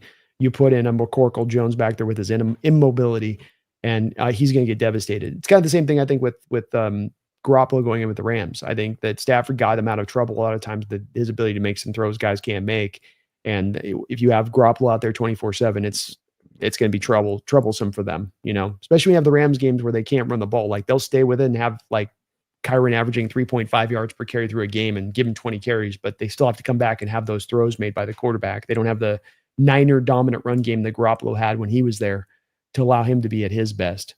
So I would absolutely feel that way. And Stafford not only has to remain healthy, but he has to be at his best, Brendon. That's the thing about this is it got to be not just him healthy, but you've got to be kind of carrying that show as well. You've got to be slinging the rock to Puka and Devontae Adams getting the job done. They'll run the ball and they'll try to reduce down his attempts. But to my point that I just said, that was the plan last year as well, Brendon. Did you feel like it was the running game that was really carrying them through at any point in time throughout the season last year? Or did you feel like Stafford's finding a way to make miracles happen at the right given moments? Yeah, exactly. You're right. It didn't really come together the way they were hoping. And I think they were planning Jonah Jackson to be better than he was. I think that was part of it. So, yeah, I mean, if Stafford ends up being either bad or gets hurt this year, I don't think anybody should be surprised. Like that's a very old, high mileage quarterback. There was a time, and I know this isn't the case anymore, where it was the generally accepted common knowledge was that Stafford was going to own every counting stat record for quarterbacks when he retired, because he was printing so many regular season stats on that Lions team. And because that's how much he had to throw the ball, because those teams were bad and they had to throw the ball a lot. And you took a beating to your point on that, right? You throw the ball a lot, you're behind. Teams know you're behind. Teams know you're going to throw the ball. What do? They pin their ears back in their pass rush, and you're just getting lit up. And Stafford, that's just going to, again, wear you out that much quicker. So you are a quarterback that's played into the decades long at this point. You just wonder when the bill's going to come due on that. It does come due. And Alaric Jackson still, I hadn't heard update. Have you heard update on the blood clot issue he was dealing with? I think I heard he's past that. Okay. Hopefully he's I heard okay on he's that. past Those are that. scary. Those are definitely Yeah. super scary. But we'll see. They're still a really good team though. Along this, I ain't taking anything around the Rams, and they're to me the number one team in the league in the division if they stay healthy with where they're at and how they put their team together. So I can see some vulnerabilities in them, but I definitely can understand where they can be also kind of the big dog on the block this year too, in this division at least. Right. Very possible. Longness, thank you again for the big monster donations. Very kind of you, brother. Nolan coming in with a $20 donation. Appreciate you for that, Nolan. Brando, you're closer to Vegas. Are you betting the over on the 7.5, 8.5 wins for the Hawks? Great to see you guys. Go Hawks. Well, if I can get to Vegas, I will definitely lay that bet down. I would take the over on that for sure all day. I would have done last year too. Yeah, if this team can't hit the over with this schedule, that's kind of sad, I feel like. I'm just going to say that. Yeah, this schedule, you better get there. Yeah, Vegas gave us a freebie last year. They're giving you another freebie this year, in my opinion, with it. And so I will be on it all day if I can get out to Vegas. I don't know if I will be on that one. My buddy was trying to talk me into it the other night, so maybe that'd be a good reason to go. Is I could lay down a monster bet on my Hawks in Vegas, put my money where my mouth is. But they're going to get over 7.5 wins this year. This is the easiest schedule I've seen for our Seattle Seahawks for probably at least 7 or 8 years. And you don't have any tough stretches. The bye week's in a good place. I was looking at it as well. In addition to it, Brendon, even after we've had the schedule released, if you were to go through these teams and look at some of the situations that have played out with some of these teams in just the last couple of months, in some of the situations, there's been some things that have actually worked really well in our favor. As far as some of these, I was looking, I had a couple notes here with it, just Aaron Rodgers getting late to the Steelers in their OTA process and them trying, that whole thing doesn't make sense to me. I don't know about you, but their whole approach there is just weird. Saints losing Derek Carr. So you're going to have either Tyler Shock or Spencer Rattler for the game, you've got with them. Wait, we play the Saints this year? Yeah. What week? I thought we did, didn't we? I missed. For some reason in my head. Well, I guess we play the Falcons, and I know we also play the, let me check the schedule. I might be wrong on this actually, but let me look. Okay, we do play the Saints. You're right. Yeah. Okay. There we go. Week 3. For some reason, I had that out of my head. Okay, week 3. Oh, that could be big then, because then we're getting. I mean, it's definitely before Tyler Shock can build any meaningful experience. Right. Exactly. So the timing will be, you know what I mean? So there's just some things I've seen on the schedule a little bit that look, pretty taste to us on some of the things. You get Jaguars in there with a rookie head coach, first time head coach in there. Tristan Wirfs might miss the Tampa Bay game. Ooh, there we go. He's starting the season on the PUP, I think. And they're said like, they're not totally sure what he's going to miss, but that's their best player. 100%. Absolutely. 100% it is. So, I mean, they're out there. Look at the Niner game coming up, Brendon, where Ayuk's going to be out probably in that week 1 matchup. They've got a couple of injuries. We'll see where they're going to be once you get to week 1 with them as well. The Titans, even a little thing like 2 days ago, the Will Levis news. Will Levis being out now means Cam Ward's got to roll with it. You play the Titans this year. Cam Ward's not good. If they got to go to their backups, if he gets, something goes down with him, makes that game a little bit more easier now that you get to play on that side of it. So a lot of our schedule's gotten even easier in kind of retrospect of it. And I just can't see how we don't get to at least, 9 wins on the season. Maybe that is going to be the ceiling too, but I feel like we can get there for sure. I'd be very disappointed if we can't get there. And it would make me say some things I can't take back later in this season if we don't get there, to be perfectly honest. Yeah, I will be pretty frustrated with what we've been lined up, because I'll tell you this, next year's schedule is not going to be this easy. Yeah, it could be a decade before we see another schedule this easy. Right. And so we got to take that a bit into account. And probably John should too, as far as if this team is good, if you haven't made a trade before, and we get into the season, to be more aggressive at the trade deadline, then understanding that opportunity that's in front of you. If you are good, if you are legitimate, if you haven't made that move. And, this is another part of the reason why it did frustrate me. We had to do some of the things we did in the off season with some of our players. That it's like, I really wish it could have been a different off season where we were going into a season with a tough schedule that we had to make these changes on offense. That's one reason why I got kind of disappointed in the way the off season was conducted on some level. Like, this is not what I want to be doing right before I have a season with this soft a schedule. Yeah. You'd like to have things more in firmer place, especially offensively with this schedule, because then you can maximize it better. And right now it is a question because it's like, well, if the offense can come together, we can maximize it. But if maybe it'll take us half the season for that offense to come together and we end up kind of piddling away a little bit of this nice advantage we have in the schedule because of it. Right. Exactly. I like looking at this schedule. We need to win one of those 2 first games for sure. I feel like, and it's not going to be easy if the offense can't get out of their own way. Yeah. If they're still working out kinks getting in the first couple of games, it could be kind of fatal flaw to the season, starting out kind of slow on this one. So we'll see with that one. But Nolan, I'll tell you this, whether I get to Vegas or not, it makes me want to go to at least like a casino or something and just get the bet laid, because I wanted to do it last year and I was like, that's just Vegas is out of their mind for this. And I really regretted not doing it. So I think I'm going to have to this year and find a way to do it, man. Right. But thank you, Nolan. Appreciate the big $20 donation, man. Very kind of you. Jeffrey A. Thistle in the house. What's going on, Jeffrey? He says, going to win 20 games this season, 100%. That'd be a hell of a year, man. Sign me up for that. Sign me up for that all day long. I'll take a 20-win season. That is one thing that's nice about the 17-game schedule. 20 games is a nice round number. If you get that first round bye, you get to 20 total. That's a good number. That is a good number. Yeah.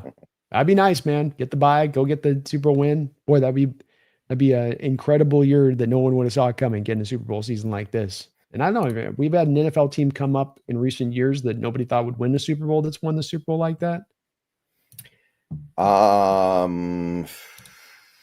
Not really. No. I mean, the Chiefs we knew would be contender. Tampa Bay we knew would be contender. Eagles we knew would be contender this year. I mean, like a real, they're in it. They're one of the teams. They're in the mix. I guess Tampa Bay went into the playoffs as the 6th seed. So that's true. Close. But that was a team that kind of sucked to start the season and then warmed up as it went on. So it wasn't shocking, Yeah. And you had Brady the prior year where he looked so bad with the Patriots, where you didn't know coming into the year that he was going to give you good version of Tom, like great version of Tom still. So, maybe that'd be the closest maybe team, and they had a new quarterback. We had a new quarterback they got there. So, hey, there's some comp there, huh? Right. Some tacit comparisons. Yeah, it's a start. Thank you, Jeffrey. Appreciate it, man. Love the confidence. 19 Stray. Thank you for the $2 donation. Says BNB is the best Seahawks show. Oh, that is very, very, very kind of you to say, Stray. I appreciate that, and very kind of you on the donation as well. Thank you, man. Yeah. Thank you. We're in year 4 on the BNB show, Brendon. I think we're 4 years. I think this is now the 5th year, because our first year was the last year of Wilson. Then it was 3 years of Gino, and now first year of Darnold. So this is coming into the 5th year. So 5th year of the show. We're working our way through a half decade here, Stray. Going strong, man. Going strong, kicking ass, taking names, and we'll keep it turned up this year. You know it, man. So, but very kind of you guys. You guys are amazing as always, not just in the support, but in the kind words of encouragement, and always pressing us forward on what we do here. And we're really lucky, really lucky to have you guys. Absolutely, I love doing it. Phoebe Moore Seahawks with a back-to-back $2 donation says, B, don't forget the Falcons gave the Rams a first rounder. Yeah, dumb as move as I can imagine. So we are going to be Falcons fans in most games this year. Like we need that trade to not look so bad by the end of the year. We need them to put together some wins and not set the Rams up to get their quarterback of the future blue chip guy. That's what it's going to take. I so see this train coming from a mile away, Brendan. Like I can just see the light only now. I can't see the train. All I can see is the headlight and the darkness coming. And it's them getting the best damn quarterback in this draft. They're going to do it. I've already made my peace with it. I made it the day that I heard about the trade. I've made my peace with it. I'm going to root like you're going to root, but this thing's going to break wrong. The Falcons they've gotten this so wrong in so many ways. I can't believe it. And it's going to position the Rams in such a nice place. My only hope is that maybe the Rams can have a bad season, so they have to package both of their 2 picks in like the top 10 to make it happen or something. But I think it's going to happen. I do. Yeah. Well, if the Rams have a really bad season and they get that high pick, at least they earned the high pick the normal way. At least they paid for it. If they get the high pick from the Falcons and the Rams still have a good season, that's going to be the worst. Yeah, can you imagine getting to like the Super Bowl and they have like the number 1 overall pick or something? Yeah, that was the Lakers. The Yeah. Lakers. They won the championship and then like 2 weeks later drafted James Worthy. That's That's literally what it would be. that's insane. Yeah, I didn't know that they had that. That is crazy. The Lakers pulled that off. But the NBA has always got the NBA does some shenanigans with that. You know what I mean? Like Yeah. their drafts heavily shenanigan based. Yeah, I think it's been a while, but I think they had a trade. They traded like Norm Nixon to Utah, and Utah for some reason gave up their first pick, and they ended up being number 1 overall, something like that. It was really bad at the time, and nowadays I think there are rules the NBA has to try to keep teams from doing stuff like that. Well, they got the protected. You can do lottery protected now in trades. So Right. you trade a guy and you're like, well, it's lottery protected though, so it's not a first round pick if it's top 5. It'll be Right. you have to wait till the next year for it or something. So it's something like that. But yeah, they're going to benefit from this, man, and it sucks because Stafford were to retire after this year, and you got the dead money to Stafford, and then they're struggling to go find the next quarterback. Then we've got a little bit of way where McVay's kind of knocked off his path for a moment, giving us a bit of a breath. But instead, now he might be able to just transition from one to the next seamlessly, and that's not going to bode well. They are saying Arch Manning will not come out this year, though, so it looks like they won't get him at least. That's kind of nice. I think that's a fluid situation to me because like Arch doesn't come out if he wins the Heisman. Arch doesn't come out if he wins the national title. Arch doesn't come out if a number 1 team happens to get the number 1 overall pick that he wants to go to as a landing zone, i.e. like maybe LA. I think that on the surface of it, yeah, if it's the Cleveland Browns picking number 1 overall, is Arch probably going back to college? Yeah, you bet. But if something happens machination-wise in the background here a little bit, Brendan, I'm just saying it wouldn't surprise me if that situation changed in a heartbeat. Yeah, well, let's say the Saints have the number 1 pick because that's my early pick for a team that's going to be atrocious this year. Would he come out for them? I wouldn't think so, but it's not Cleveland. He wouldn't play for his grandfather's team? Oh, that's a good angle.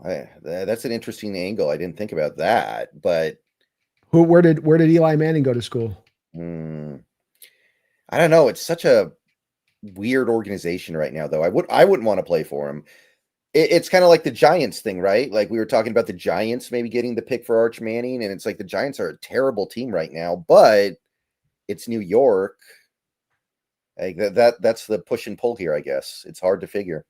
I think that there's about 5 or 6 really almost equivalent landing zones for Arch when he does come out. I think LA, I think New Orleans, I think New York, I think Miami, I think both New York teams would all be, I think Indianapolis even would be in, I think there'd be a collection of teams that are all kind of equivalent to me, Brendan, in that same spot of being almost equivalently attractive to the Manning family. I think the only way they're out the West Coast is if it's LA. And I think that they'd like to be on the East Coast or in the South in general terms. Yeah, probably. We'll see. See how it goes, man. It's gonna be fun to watch how that plays out. Maybe Cade Klubnik or Drew Aller just tear the top off. And so Sellers comes out this year too, potentially, by the way. Yeah, and Nico. I know there's some stuff going on with him that you're not in love with, but you're going to forget about that real quick if he has a monster year this year. He looks so much like Randall Cunningham. I threw it on Jaden Daniels a couple years ago, but he's even more so Randall Cunningham. He's more with Jaden doesn't have as much of the lanky, really just gangliness to him in the good, not in a bad way, just in so reminds me of Randall Cunningham in that way, just really extra, long and elusive. But I agree. Nico's another one. So it's like I said, this quarterback class, Brennan, I maintain it. The top 3 or 4 guys that go in this class all would have gone ahead of Cam Ward in last year's class. Easily. Yeah. I think 6 quarterbacks go before Cam Ward in the previous draft class. Oh, yes. 100%. And I think at least 4 guys in this one would. Like Cam Ward, I still don't think there's – I like him, but he's not really somebody I'd ever want to take number 1 overall, honestly. Yeah. He's fine. Just not number 1. I would not have. At the end of the day, I think with Cam, I still landed on 2nd round grade. I did not give him a 1st round grade. So it's that's where I saw him. It's good, but it's not number 1 overall pick worthy. You're just talking yourself into it. Feed me with another $2 donation. Says D-Law hates the Niners. Now gets to play them twice. D-Law hates everything. He's old. He's just in that phase of his life now. Cranky and old. Well, some good battles between him and hopefully Trent Williams out on the outside there, where they can go toe to toe a little bit out there. Feed me. That'd Apparently, be cool he doesn't like Micah Parsons very much, and he played with him for 4 years. So he's not a big fan of things right now. Yeah, and Micah going back at it a little bit. Micah started that though a little bit to his thing, because Micah got all touchy about him wanting to come play for a Super Bowl, and he's like, he kind of popped off, and D-Law had to correct him a little bit, put him in his place. Yeah, I mean, what do you want him to say? That team hasn't been in the NFC title game in almost 30 years. Like, obviously, winning is not. There are only 16 teams in the NFC, and you can't make the NFC title game once in 30 years. Winning is probably not that high of a priority for your franchise. Yeah, that's much farther beyond sample size you can get. That's hardline data at that point. And especially considering the success you had just prior to that hardline data being a dynastic run. Yeah. So you're kind of set. Like Seattle hasn't made the NFC title game in 10 years, and we're starting to get antsy. Dallas 3 times more. Yeah. And we feel like 3 decades here with it only being 10-year period. Yeah. Mm-hmm. So, yeah, I agree. He had got a right to take his shots there at him like he did. Cooper Gay, thank you for the $5 donation. Cooper, very kind of you. And this is over on Brendan's side. As long as I don't see multiple snaps fly over Donald's head this year, I will be happy. Thanks for the show. Can't wait to slam the Niners week 1. Let's go there. I've got a bet on the table, Brennan, for week 1 Niner with the round table. All right. If we lose, I've made it almost well over 40 years of my life without wearing a 49er hat in my life. I have to wear a 49er hat for the whole show if we lose. Classic. Do you know how hard that's going to be to slip that thing onto my head? My entire life. What's the reciprocal? What's the other side of it? He's got to wear a Seahawks hat. Okay. But I'm gonna get into my shop and I'm gonna customize. So I'm gonna do it'll be a Seahawks hat, but I'm gonna do number 1 fan, 12 for life. I'm gonna really probably bedazzle it. I'm gonna go a little bit hard with it. So he's gonna just have a regular. I'm gonna give him the. So we got to win that one. That's what it breaks down to. We got to win that. I got to have him put that hat on. It's got to happen. Yeah, and the Niners, that should be them at their weakest, right? Michael won't be ready to do much yet. Ayuk's out. If you don't win that game, good luck beating them at any point. So rookies CJ West, rookies Alfred Collins, no Malik Mustafa. Ricky Pearsall's already injured, by the way. Yeah. Oh, we just got a little bit of not Seahawks news, but I want to stop the show real quick. The Raiders just released Christian Wilkins. Ooh. They just straight up released him. I did not see that coming. They have voided $35.2 million of money left on his deal. Holy crap, dude. His foot must be ready to fall off. Yeah, his foot must be jacked. That's holy crap, Brendan. Look at the over the cap on that.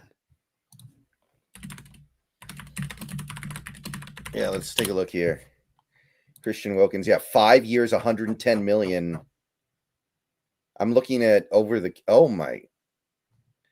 Yeah, see, when stuff like this happens, your team should just kind of fold up and go for it next year. Just eat the dead money, take the punches. But it's so hard for teams to be willing to do that. Well, one could come back around to this is why do you make the Gino Smith trade? You make the Gino Smith trade because for a 36, 35-year-old quarterback that you're trying to go win now. You have Coach Carroll there at his advanced age. He wants to go win now. He doesn't. This is where, to me, I worry about Carroll having a little bit of the sense of urgency because how much time do I have? How many years do I have? And that he's going to be impelled now to push the Raiders situation faster than it should have had to have gone to get it right to where it needs to be for him to get the most out of that team to where they want to be. Yeah. I mean, I said it back when they signed Carroll. I think this is not going to work because he's going to go, I want to win now. Let's go win 8 games a year. And hey, if you're a Raiders fan right now, maybe winning 8 games a year sounds great to you because it's been better than you've been for a long time. But that's not good, and we know it. You and I both understand that winning 8 games a year and taking on massive dead money every season because you're trying to make sure you secure that 8 wins every year is not good. No. Well, and it prevents you from ever going forward future. You're getting your 8 wins, but you're not getting a 10 because you won the 8 wins the prior year because you're usually sacrificing something future-wise. And that's what I wonder now, Brennan. You release Wilkins. Now do you do a bunch of urgent moves for this year, further putting future cap space in kind of a hellish place in order to try to, manufacture a winner this season, year one under Carroll. And that's where I hope they don't, because that's where you start to get scramble mode and you make one bad move and then another bad move informs the first bad move. And then you start getting down that trail where you can't stop it. There's just that momentum that picks up at that point. Bo Nix is going to throw for 1,000 yards this season in his 2 games against the Raiders. Like that Sean Payton offense against the Pete Carroll defense with that personnel, Bo Nix is going to have career days. Well, we know with Carroll, he doesn't want to blitz and he wants his front four to get the job done.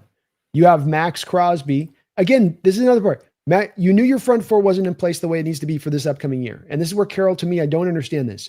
You know you need your front four to go to make your defense go. You only have Max Crosby, and you knew Christian Wilkins' foot was jacked. I mean, they didn't arrive at this place like yesterday and go, man, it's just not healing. Like they knew throughout this offseason, this thing's probably not likely to be in a good place. So you're nowhere near the front four baddies you need to make your defense go. So then, like you say, kick out that first year, man. Roll it out the first year and eat it a little bit. And if anything, set yourself up to maybe get that number 1 overall pick for the year after that. But instead, you trade for Gino. You should have moved Max Crosby and tried to get assets back for him. You didn't on that and said you re-up with him on a contract extension. And he's a good player. Maybe he'll be there 2-3 years down the road when you're ready and he'll be all right at that point. But to me, that's with just always you got to ascertain where you're at the right spot from a team-wise so you can make the right moves. And this doesn't look good to me on them with that. I don't, it's because they're eating dead money, right, Brendon? Like you just saw the cap space. It's not just you're releasing him and you're losing what he would have costed base salary wise. Right. It's that now that bonus money accelerates onto the books and hits your books this year for this year's space. Right. It's like, it's way more than the 35.2, isn't it? It's going to be like, I think the post June 1st is even the post June 1st says they got to eat $56 million of money on it. On just even the post June 1st. And then next year they have to eat what, 30 something? That might be more dead money than Denver ate on Russell Wilson. That might be the new record. It's close. They chopped it up. So they're going to chop it up into 30. They'll chop it up into 37 each year. So 37 for the next 2 years. Okay. That's not as much as Wilson. Okay. But I'd like to criticize Carroll for that, but the reality is a lot of teams would probably do the same thing. They don't think about like, look, let's just treat this next year as a punt. Like teams typically don't think like that. Carroll is not alone in overextending himself in situations where he shouldn't, but I mean, it seems like they're destined to have a top 5 offense, but a bottom 3 defense and win 8 games. It's very where this could go. And maybe Genti can be a difference maker in that way to make it go. But I don't know how defensively you carve this up at this point. And maybe that this is what happens from this is they go make a Trey Hendrickson move. I thought they've been the team that should do it. At least now you're wait a minute here. Okay. Adam Schefter just tweeted, due to how Wilkins treated the rehab from his foot injury he suffered last season, the Raiders have voided the guaranteed money left on the contract. Are they coming after it? Is that's language like they're coming after him on it. Wilkins has filed a grievance with the NFLPA. Oh, Lordy. Here we come back again to organizations that just can't. So they're going to come back after the money to try to recoup it. Yeah. Do you see that too? Like that's. Yeah. Which I think has only happened twice ever, to my knowledge. The Niners did it with that tackle guy when they had Harbaugh. That was Harbaugh being petty as hell, though. And the Patriots did it with Aaron Hernandez. Because Anthony Davis. Okay, yeah, Anthony Davis. There we go. Wow. Okay, this is going to be fun, and this is not what the Raiders need right now going into the season. Yikes. I can't imagine Carroll signed off on that. He's so that's so antithetical to the way that Seattle would have run something like that here. That must be a Brady thing or something, or I mean, maybe Carroll doesn't have very much power. Maybe he's just the coach, and they've kind of like maybe Spytek has more power than we thought. Yeah, but then how does this land with other players you're going to bring in the future who think this is a potential risk to them? I mean, unless we got some egregious story from Wilkins that he's out there like participating in a circus acrobat thing or something, or doing ATV sessions up a mountain. How do you get to the point of improperly proving rehab? We wanted him to do band exercises and he said no. Maybe it's like a Monta Ellis situation. Remember Monta?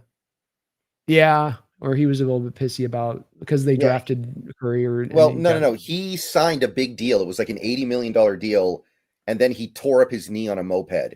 And because he was riding a moped, they voided everything. He lost it all.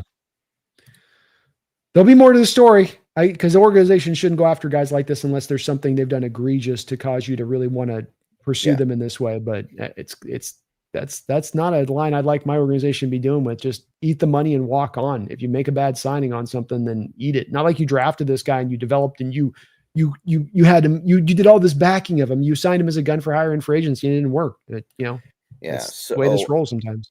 Assuming they lose the case, which I'm guessing they probably will, does that mean their cap is just completely screwed up for the next few years? I think because they can post June 1st and they're okay. They've got the second most of cap space in 2026. So they could afford to eat this. But the problem is that you're going to be looking to inject into that year, right? That's the year you're looking to, here we go. And now you've got this monster $30 million, which is going to move you down to more middle of the pack / 17th, 18th in space. And now you're not able to make those extra moves, being you're already the Raider organization, which isn't exactly cash rich and doesn't exactly, you can just throw void years around and all that, even with Tom Brady's 10% injection into it. So this is not good for the Raiders. This is a bad way to start this off there with there in Carroll. And again, your worries, I think, valid that you talked about as far as him coming in there and letting that push his timeline, and that can't push your timeline, Pete. You got to operate like you're going to coach Gino, 87 years old. You got to operate coming in here and understanding we got to get the bad out first, and then we can bring in the good. And that means we got to kind of take but it's that win forever. It's that every year I got to win. Every year we got to go for it. Every year we got to always have that pace. And it's like, I get it. I understand that's, again, been part of what breeds the greatest success for you in one side of it, but it can bite you in the butt on the other side too. And it did with us in Seattle in certain years where we probably should have called the ball and taken a bit of a step back. Yeah, and again, I'd like to kill Carroll for this, but he's not the only guy out there who does this. This is more than just him. Like I can think of like Belichick. I remember that one year where he just basically let all the dead cap hit wash over him, and he had a bad season. I think it was the year they had Cam Newton. When they asked him about it after the season, he was very honest about it. He was like, "Well, what do you want me to do? I have no money. I just decided to deal with it." Like, you never would have heard that from Carroll. No. And I think you got to, in the NFL, I think sometimes you got to do it. You get yourself in a spin spot. You got to call the ball, move off of it. I think the Hawks have done a pretty good job the past couple of years doing that with certain, you ate all the Jamal Adams deal. You've got Quandre out. This offseason, you moved to where you had to. You're eating more money than you'd like to, but you're also not holding on to assets for too long than you should. That's the other upside of it, or to the other side of it, or, taking on bad water essentially. So we'll see, man. I don't know. That's a tough one. Snaps over the head. Oluwatimi had a little bit of some issues with it when he was even in at times last year. So I think he had one. Yeah. He had one. It was more of a Connor Williams problem, Cooper, though. And so that part should be resolved at this point. That part should be resolved. We'll hopefully see on that. I think Sundell's pretty good with the snap stuff, but we'll see. People keep hyping up Sundell as like somebody who could start, and I don't know much about him. Like, do you have any thoughts on that? You've got you've got a microcosm of the same situation between Sundell and Oluwatimi that you have between Bradford and Christian Haynes. You have one guy that is the technician, that's what at least the reputation is. I know with Haynes, you wouldn't go, well, he was a technician last year, but that's coming out of UConn. That's essentially kind of, he's going to get by with essentially the fundamentals and being, technique proper, right? But not as athletic, not as good a mover in space, right? You see where I'm going with this, where Bradford's the uber athletic, big monster guy that can move in space. Well, you have over here a little bit of the same thing where Oluwatimi is your technician. Sundell is your real mover in space. Your guy that Sundell's the guy out there, get down in front of Charbonnet in the Packer game. Like the one time we ran the ball in that game, he's the guy pulling out in front 40 yards down the field in front of Charbonnet as a lead blocker from the center position. So he can do things Oluwatimi just can't. But when it comes down to what's the coaching staff going to prefer here? And we're going to learn about Kubiak on this, right? Right. Between the guys that he picks, do you go for more of the technician, or are you driven more for the guy that can get to all of the blocks that you're going to require in this system? And I don't have an answer to that, but it's kind of cool. You have two different types of guys that are kind of the same at each position that you're looking for there. CD Woods, thank you for the $5 donation. He says, I hate the NBA lottery. Ignore my profile image. It's a bad time to be the NBA lottery, especially after what just happened. Like that That one's going to be a while before they recover from what happened this year. Well, and they've been stacking this stuff up for too long. LeBron going to his hometown team, the Knicks getting Patrick Ewing from Georgetown going to like a hometown team. Right. What you've done with the Dallas Mavericks in that trade that absolutely stunk to high heaven of manipulation by the NBA to get Luka Doncic over to LA in the first place, and then them coming back and doing a solid by them with this number 1 overall pick. Mm-hmm. There's a kid next year that's like from Utah that's going to be maybe the number 1 overall pick. So people are already like, well, Utah will definitely have the number 1 overall pick next year too. And that's bad. That's really bad. And what's happened is NBA is kind of dying a little bit. People aren't watching as much. So now the NBA is doing this manipulation to try to overcome the, people checking out, right? Yeah. And I don't think it's working. I don't think so. I don't get the sense it's working. No, people don't like this. They like when the people feel like sports are being manipulated, it turns people off of your sport that much more. And they're so overt about it and how they've done it through the years as the NBA that people are going, I don't know. No, this is not right. This is off. Yeah. The Luka trade in particular was just a new low. Oh, it was awful. Like the Orlando Magic gave up 5 first-round picks for Desmond Bain, I think it was. And who the hell is Desmond Bain? Yeah. But the Lakers give up 1 first-round pick and whatever's left of Anthony Davis for a top 3 player in the league. Like, okay. It's not the first time you've done it for that Laker organization either. So that's the other part of this. Like, you can go back to getting Kobe Bryant in the trade that they got him from the Hornets. There's some of that's going on there too with it. So it's a little dirty as the NBA on this stuff, and not hard for me to watch that sport, especially with how they took our Sonics on top of it. But boy, they're not turning eyeballs onto their product any much more in the future with this kind of modus operandi, because people notice it. When you make it this overt, it's like, how can you not? Mm-hmm. Right. Thank you though, CD. Appreciate you for that.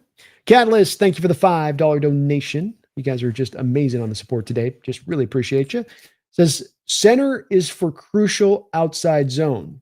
Can Olu Oluwatimi or Jalen Sundell provide that role for this offense, or will our run game be more diverse? I'll tell you, one thing that I played with this offseason is the idea of Christian Haynes or Gray Zabel being our center, and how that would work downwind of that.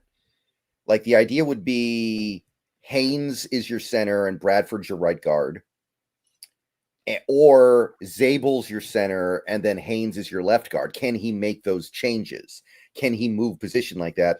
We talked about last season how Christian Haynes might not be strong enough to play right guard and go up against one techs, but he's a great technician. So maybe moving to center or left guard, where you don't need to go up against one techs one-on-one as much, might be good. So I still am looking at that and thinking to myself, is that still on the table? Because that excites me way more than Oluwatimi, because to me, Oluwatimi is kind of capped out as being a well below average but competent starting center. Like, if you could get Christian Haynes there, that's exciting to me. I think it's a possibility, including the Zabel one. I think it's opened up here, and I do hope that they come to I really don't want to see us going through training camp, spinning through different offensive linemen in different places 3, 4, 5 weeks into camp, and that this guy's going to be this today. Tomorrow it's going to be over there. We're going to move him over here today. We're going to move this guy over there tomorrow. I think you're best suited to try to get guys into roles early and let them develop within that role. And I'm open to Zabel or Haynes being the guy to move over there, but you should do it early, I think, in camp if you're going to do this. Olu is an interesting guy, Catalyst. Does he have the natural mobility to get to those kind of blocks? No, not by how he's kind of naturally built, because he's kind of average athletically for the center position. But did he get to those blocks in college when he was asked to do it in Michigan and do it successfully? Yes, he did. So he has had a track record of getting to the reach blocks and moving out in space and being able to do it successfully. Michigan ran its share of zone when he was there. Sundell's better at the mobility stuff, but Olu being more of a technician, better in pass protection, better with probably blitz pickup stuff, and a little bit with that. This is where it's going to be a neck and neck race between the two of them. Run game diversity is also a requirement at this point. Every zone team in the league is going to have gap-based concepts. There was times where back in the day, you might have a zone team that just was purely zone, or a gap team that's just purely gap. Now everything's got a little bit of everything in it. Just like there's always going to be a little bit of air raid concepts in a West Coast offense, and there'll be West Coast concepts within an air raid offense. All this stuff's got a little bit of a blending over a little bit. You just run something in a little bit more of a predominant nature than something else. You lean more in. There'll be more zone centric, but there'll be gap stuff in here because gap stuff's what's kicking that was what's Brendon with the running game in the NFL last year. That's what stepped forward and found a lot of success. There's a lot of teams that started out running zone last year, went to gap, us included, right, that were able to find the running game, take some big steps forward. Yeah. And it's kind of awkward because I feel like we built most of this offensive line for zone, and now we have a zone play caller. And yet I wonder how much we end up coming back to gap. I think you got to work a little bit of it to keep defenses honest. And if you have success with it, to be able to still roll with it and not have to go back to your zone if it's working to do this other thing. And I think that you can have room to do both in how you attack defenses. But it does seem like the cover 2 shell, the lighter boxes is better to go after with the power formation fronts and the use some of the gap within that. That seems to be the modernized formula against this new age defense we're dealing with, and how you want to counter that at least a little bit. That there's going to be some natural holes in the run game if you go that route with it. Right.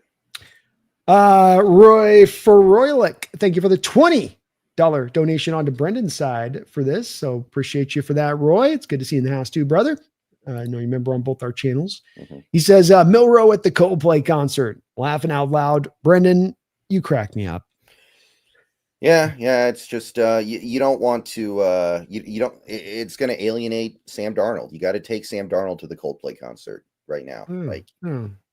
Maybe you're more excited about Milroe, but you can't. Until the time is right, you can't be going public with that kind of stuff. Yeah, you have McDonald wrap his arms around Darnold, but then he can kind of side-eye Milroe. That's the way you work this. So he's got in the loving embrace of Darnold, side-eye to Milroe. And then everybody's still happy and comfortable. You got the warm and the fuzzies. That's the way to roll it. Yeah, absolutely. That you have no other way to play it. It's a business decision. Sorry, you can't always make decisions with your heart. You can't. Sometimes you got to think with your head on this one a little bit, and not the wrong head. Right. Thank you, though, Roy. Appreciate the $20 donation. Very, very kind of you, brother, and kind of everybody today. Just unbelievable support. Jordan coming in with another $5 here as well. Says Gino got paid, so it's not like he's stressing, but it sucks going from one bad situation to an even worse one. I don't know if I would call it worse, because the Raiders, at least he has a pretty good offensive line. Raiders offensive line is pretty good. Got Chip Kelly, who at the very least is I think he's going to be good. I guess technically speaking, he's never been a successful NFL OC, but he's never been an NFL OC period. But he's certainly called plays in the NFL before, and I think he was fine at it. Yeah. And you've also got Brock Bowers. So, and John T, by the way. So I don't know if it's a terrible situation he's in. There are elements of it that are terrible, but I would rather be in his spot now than the spot he was in last year, where he's behind a bottom 3 offensive line with Ryan Grubb. Yeah. I agree. I think it's, I also think there's a little bit of this, and I'm maybe on my own on this a little bit, Jordan, but I have a tendency to believe that if I could put John Schneider on a lie detector test, that he was wanting to move on from Gino. Not that he hated Gino, not that Gino wasn't a good quarterback, but just he wanted to go a different direction. And that was a little bit of a driving force behind this a little bit. And Gino realized that. I think that it wasn't that Gino was just like, oh, what's, I want to just go to, I know Gino dresses this up like, I just want to go play for my old ball coach. And I know that that's the public relations answer that's kind of given out there, but I think that there's a lot of background stuff that goes on with this a bit that's also worth noting here. And that, Gino went to where he was going to get, paid the most, and to a ball coach he was familiar with. And I think to Brendon's points, he is set up in a situation where he can have at least some moderate success, and that he shouldn't be inundated 24/7. They're going to run the ball. They're not going to throw the ball 70% of the time.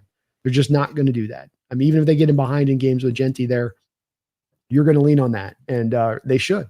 So, I get where you're coming from there, Jordan. I do on that. But I think it's just also part of just from Gino's perspective, the way that you had to just kind of roll with this to get to the right landing spot, given the conditions. Yeah, and I agree. Like, there's been this big push from Seahawks fans this offseason. Whenever I talk about Gino, I see the same comment 100 times. Gino didn't want to be here. Yeah. And technically that might be true on some level, but I always ask, okay, why didn't he want to be here? Did he not like the size of his locker? Did he not decide our uniforms are ugly? Like, okay, why did he not want to be here? And I think that he didn't want to be here in part because John Schneider didn't want him here. And when I see comments like that, I think it's already kind of greasing the wheels to not blame John Schneider if this quarterback change ends up not working out. And like that's kind of what I see it as. Like, if it doesn't work out and we end up regretting what we did, people are going to say, well, John Schneider had no choice. And I don't think that's true. And I'm going to, judge him based on the fact that he made a decision to do this. And that if the decision doesn't work out, I'll judge him poorly. And if the decision works out, I'll judge him well. Yeah, I feel the exact same way about it. And I think he gave us a tidbit of and when he was doing the 710 interviews there through the process of the offseason, he gave us a bit of a tidbit into this when he spoke about the fact that they hadn't sat down with Gino's people yet on the contract. If you have your starting quarterback that you want to keep in house, I mean, that's the most important player on your football team, and you're at a position of he's the highest priority and you want to retain him, you've already had those contract discussions before that point. You've set the stage to get that contract done. You're not making him wait, and then you're coming in finally and you're giving him a contract offer that's below what he's going to sign with the Raiders. That to me is a general manager subtly just subtly pushing his QB out the door a little bit there and how he's going about his business. And it's a great point on your part that this does then, if people just say, well, it's Gino just wanting to leave, this then lets John off the hook a little bit for the Darnold decision if it goes wrong, because he just dealt with the cards handed to him. What was he to do? Right. Yeah. There was only so many quarterbacks available to him and he couldn't draft one. So what is he to do? And that would be to me why I think I push back on this is that no, they picked this. They chose this boat. Yeah. And when this season ends, I'll be judging everything from that perspective. I'll be judging everything from the perspective of how did things go? Did the decisions they make work out? And I'm not going to be giving any free passes for like, oh, well, he had no choice but to do this. He had no choice but to do that. Like, he has agency here. Like, even in the case of the DK Metcalf thing, we know DK asked out, but why did he ask out? Maybe because we took too long to build a good team around him and he was sick of not making the playoffs or not making any deep runs. I mean, he wanted out so badly. He went to Pittsburgh when they had Mason Rudolph as their starting quarterback. Like, so he really wanted out. I think it's the very same thing in that it's just like with Gino, and that if you want to retain DK, then you give him the contract extension. DK wanted to be paid right now. Seattle didn't want to pay right now. They want to go through all of their normal order of business and then pay him at right now before training camp and get the contract extension done at that time. DK wanted to be paid right then. That's what the reports spoke about. And like you say as well, if you're wanting to keep DK, you're not floating trade rumors of him the week prior to him requesting a trade at the combine. That was a key indicator there about what was going on with the DK situation, and that Seattle, much like with Gino, is doing a subtle pushing out. That there could have been a retaining, there could have been a keeping, but you did we're trying to kind of move on this situation and keep this rotating. And to your point about holding accountable, which is true, it's also on the flip side of this. These moves work out. If Darnold comes in and he's able to replicate what he did with the Vikings last year, if your receiver situation is none the worse for the wear because you have receivers that purely fit to this new scheme and the designs of what it asks from its receivers, and you find success on the back of this as well too, then John deserves to be highly lauded for getting that right when it was not an easy no-brainer type of decisions to be made there, where he was going against what the general consensus was out there from, let's say, the fans or the national perspective on this one. So it works both ways on this one too. Right. But at the end of the day, I'm going to give him credit or blame depending on what happens this season. And I'm sure I'm going to still hear it, but I'm just going to say it right now. I don't want to hear well, it's not his fault stuff if things go bad, or that it's not his responsibility if things go well. Yeah. It's on both sides of that front of it. He's the guy now in charge. Pete's moved on. It's 2 years removed. This is John. John is the conductor of this train. And it isn't that he's a victim to circumstance around him. It's that he is driving the train, and whether it goes great or whether it goes bad, that's where the responsibility now lies as it stands. Right. Mm-hmm. Feed Me More Seahawks is going to finish us off with another $2 donation here as we put a little bit of a wrap up almost 3 hours into the show today. Really appreciate you guys watching and had a hell of a turnout. Brendon, we've got over 600 people in the chat here, even right now, rolling along, which is great to see. Phoebe says Metcalf straight up said he went to Pitt for the money. Well, that better be the case because I don't think he's getting anything else. He's not getting good quarterback. He's not getting high-level quarterback play. He's not getting good weather. Offensive system or good weather. Yeah. Well, maybe the system. Arthur Smith. I like Arthur Smith, but I don't know if he can overcome the inertia of that offense.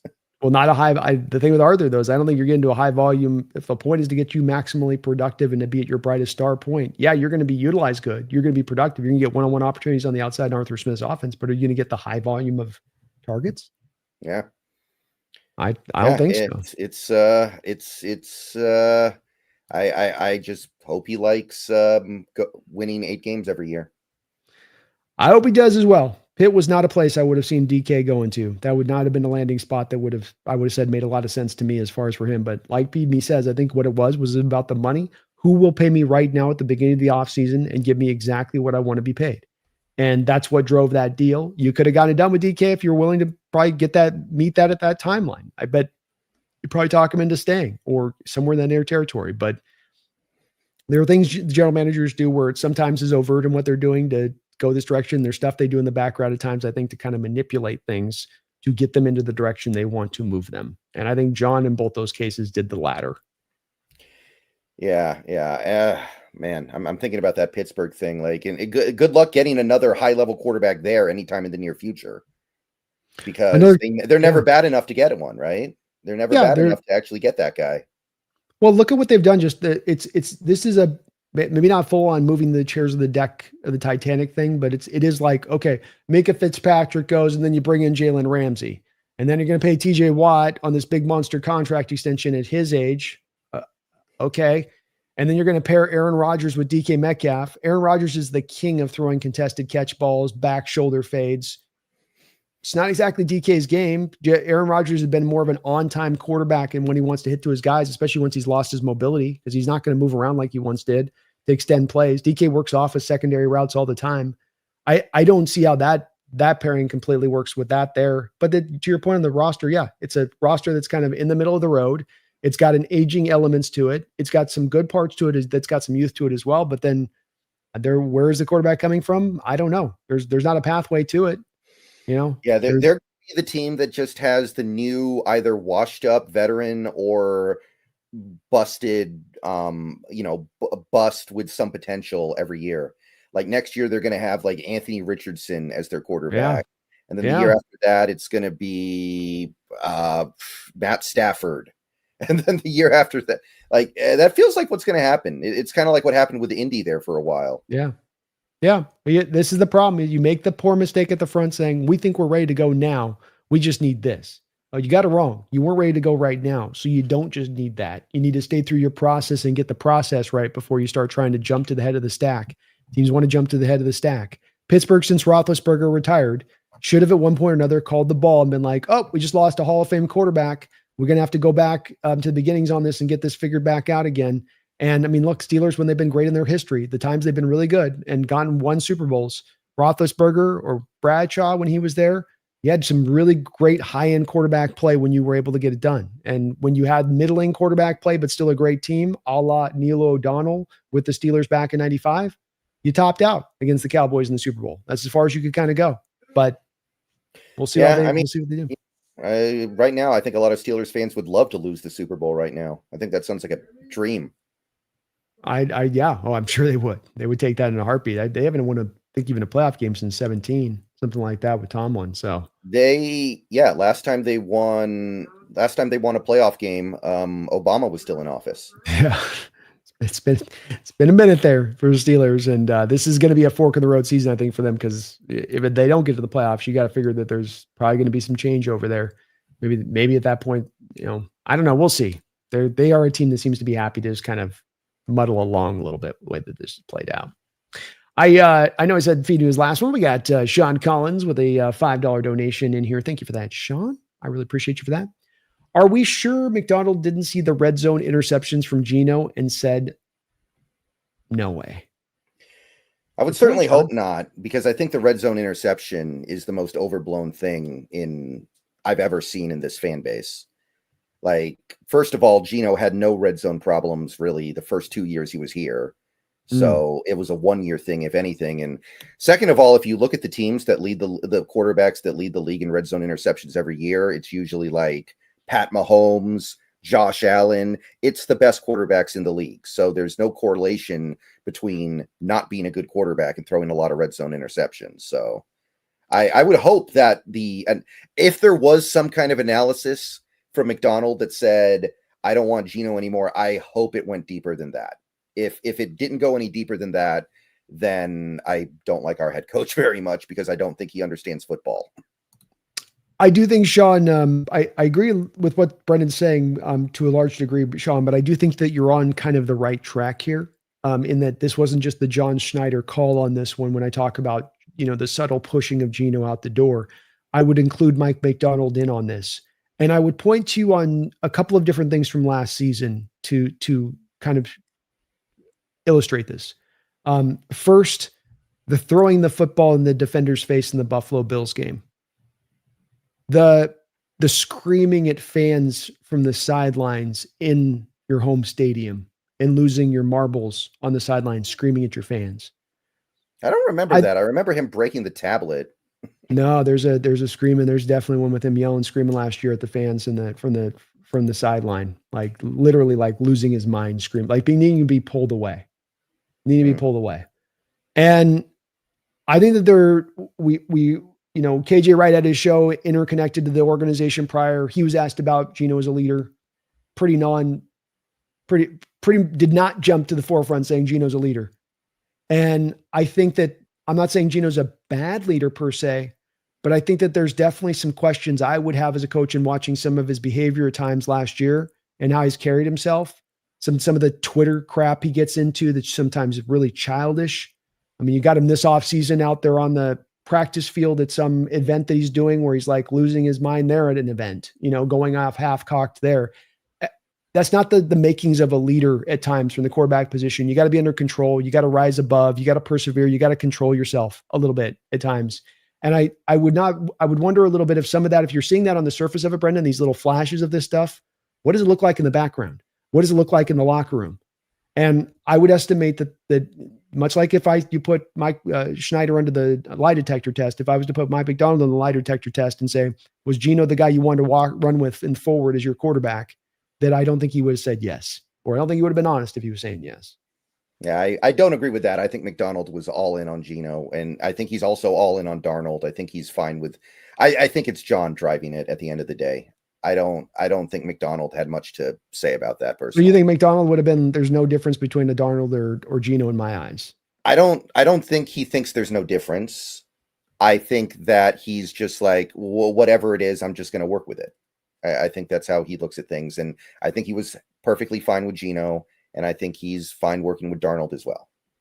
I think that's the kind of way he looks at it. So but let's take this through on an exercise. John Schneider and Mike McDonald are talking, and John Schneider says, I want to move off from him. And you think Mike McDonald's in that room saying, no, I don't want to move off from him. And then John says, no, I'm going to move off from him. We're going to get Sam Darnold. And then he goes, okay. I kind of feel like that's probably the way he approaches things like this. I don't know. It's really hard to project this kind of stuff. It's personality stuff. This is a lot of conjecture on our part, to your point on that. I would just, when it comes to the other positions, I think maybe you'd find Mike McDonald in that position of things. I think when it comes to the quarterback position, I think he'd be a little bit more, if he felt that way about Gino, it'd be a little bit more hard lined. And given that there wasn't that big of a difference in the true price of contract you paid between Darnold and Gino, really, it was a fairly slight difference at the end of the day, that you get the deal done if he's pounding the table for his QB in that way. Right. Yeah. I don't know. I think McDonald was kind of a little hands off on that personally. I feel like John has taken so long to get control of the team that he's probably doing a lot of, he probably exerts most of the power on this personnel stuff. Could be. That's a fair point, man. I just feel like it's his show. I do.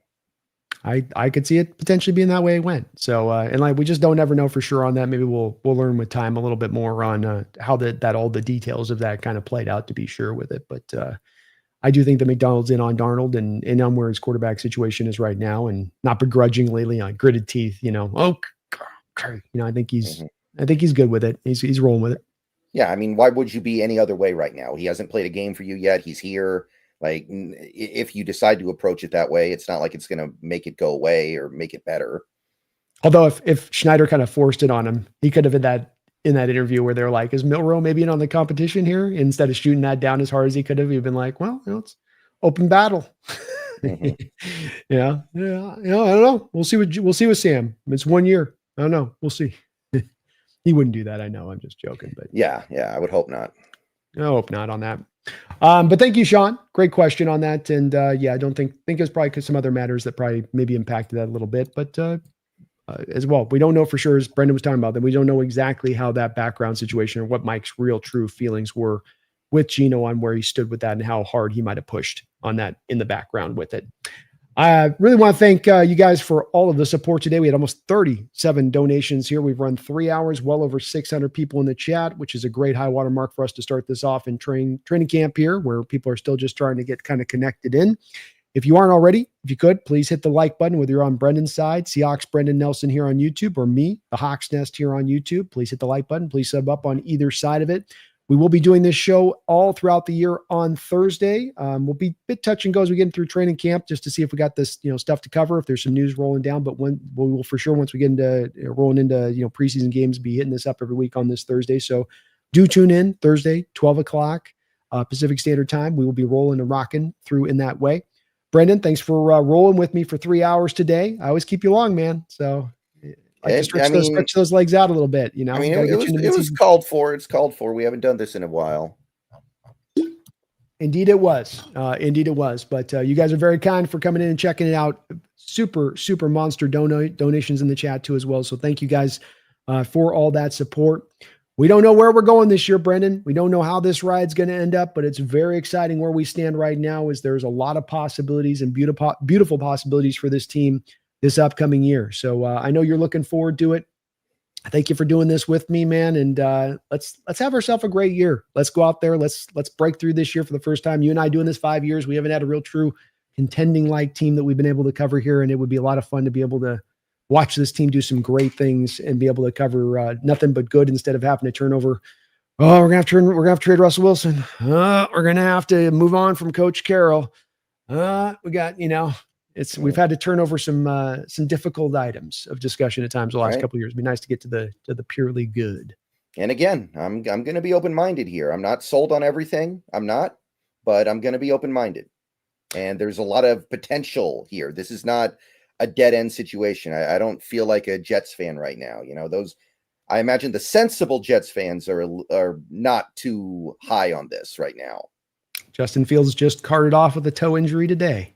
Yeah. To your point. So that's what I come back to on this as well. It's just that there are so many organizations that can't get out of their own way, that step on the landmine, that make the poor decision, that's dumb on the surface of it.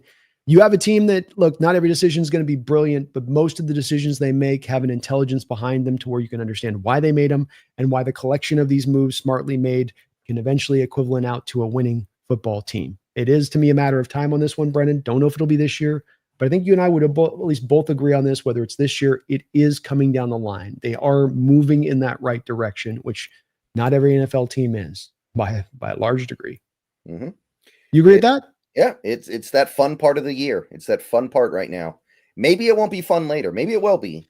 But right now it's fun because you get to wish cast. You get to think about what could be. And right now there could be a lot. I'm wish casting like a mother over here. I'm wish casting 24/7 on my side. So, well, thank you, man. I appreciate you for doing this. We will be back very soon on our side of, again, just hit that like button if you can, helps us show up on that algorithm. And thank you again for the great turnout and the great support today, as you guys are always here with us every time we rock and go live.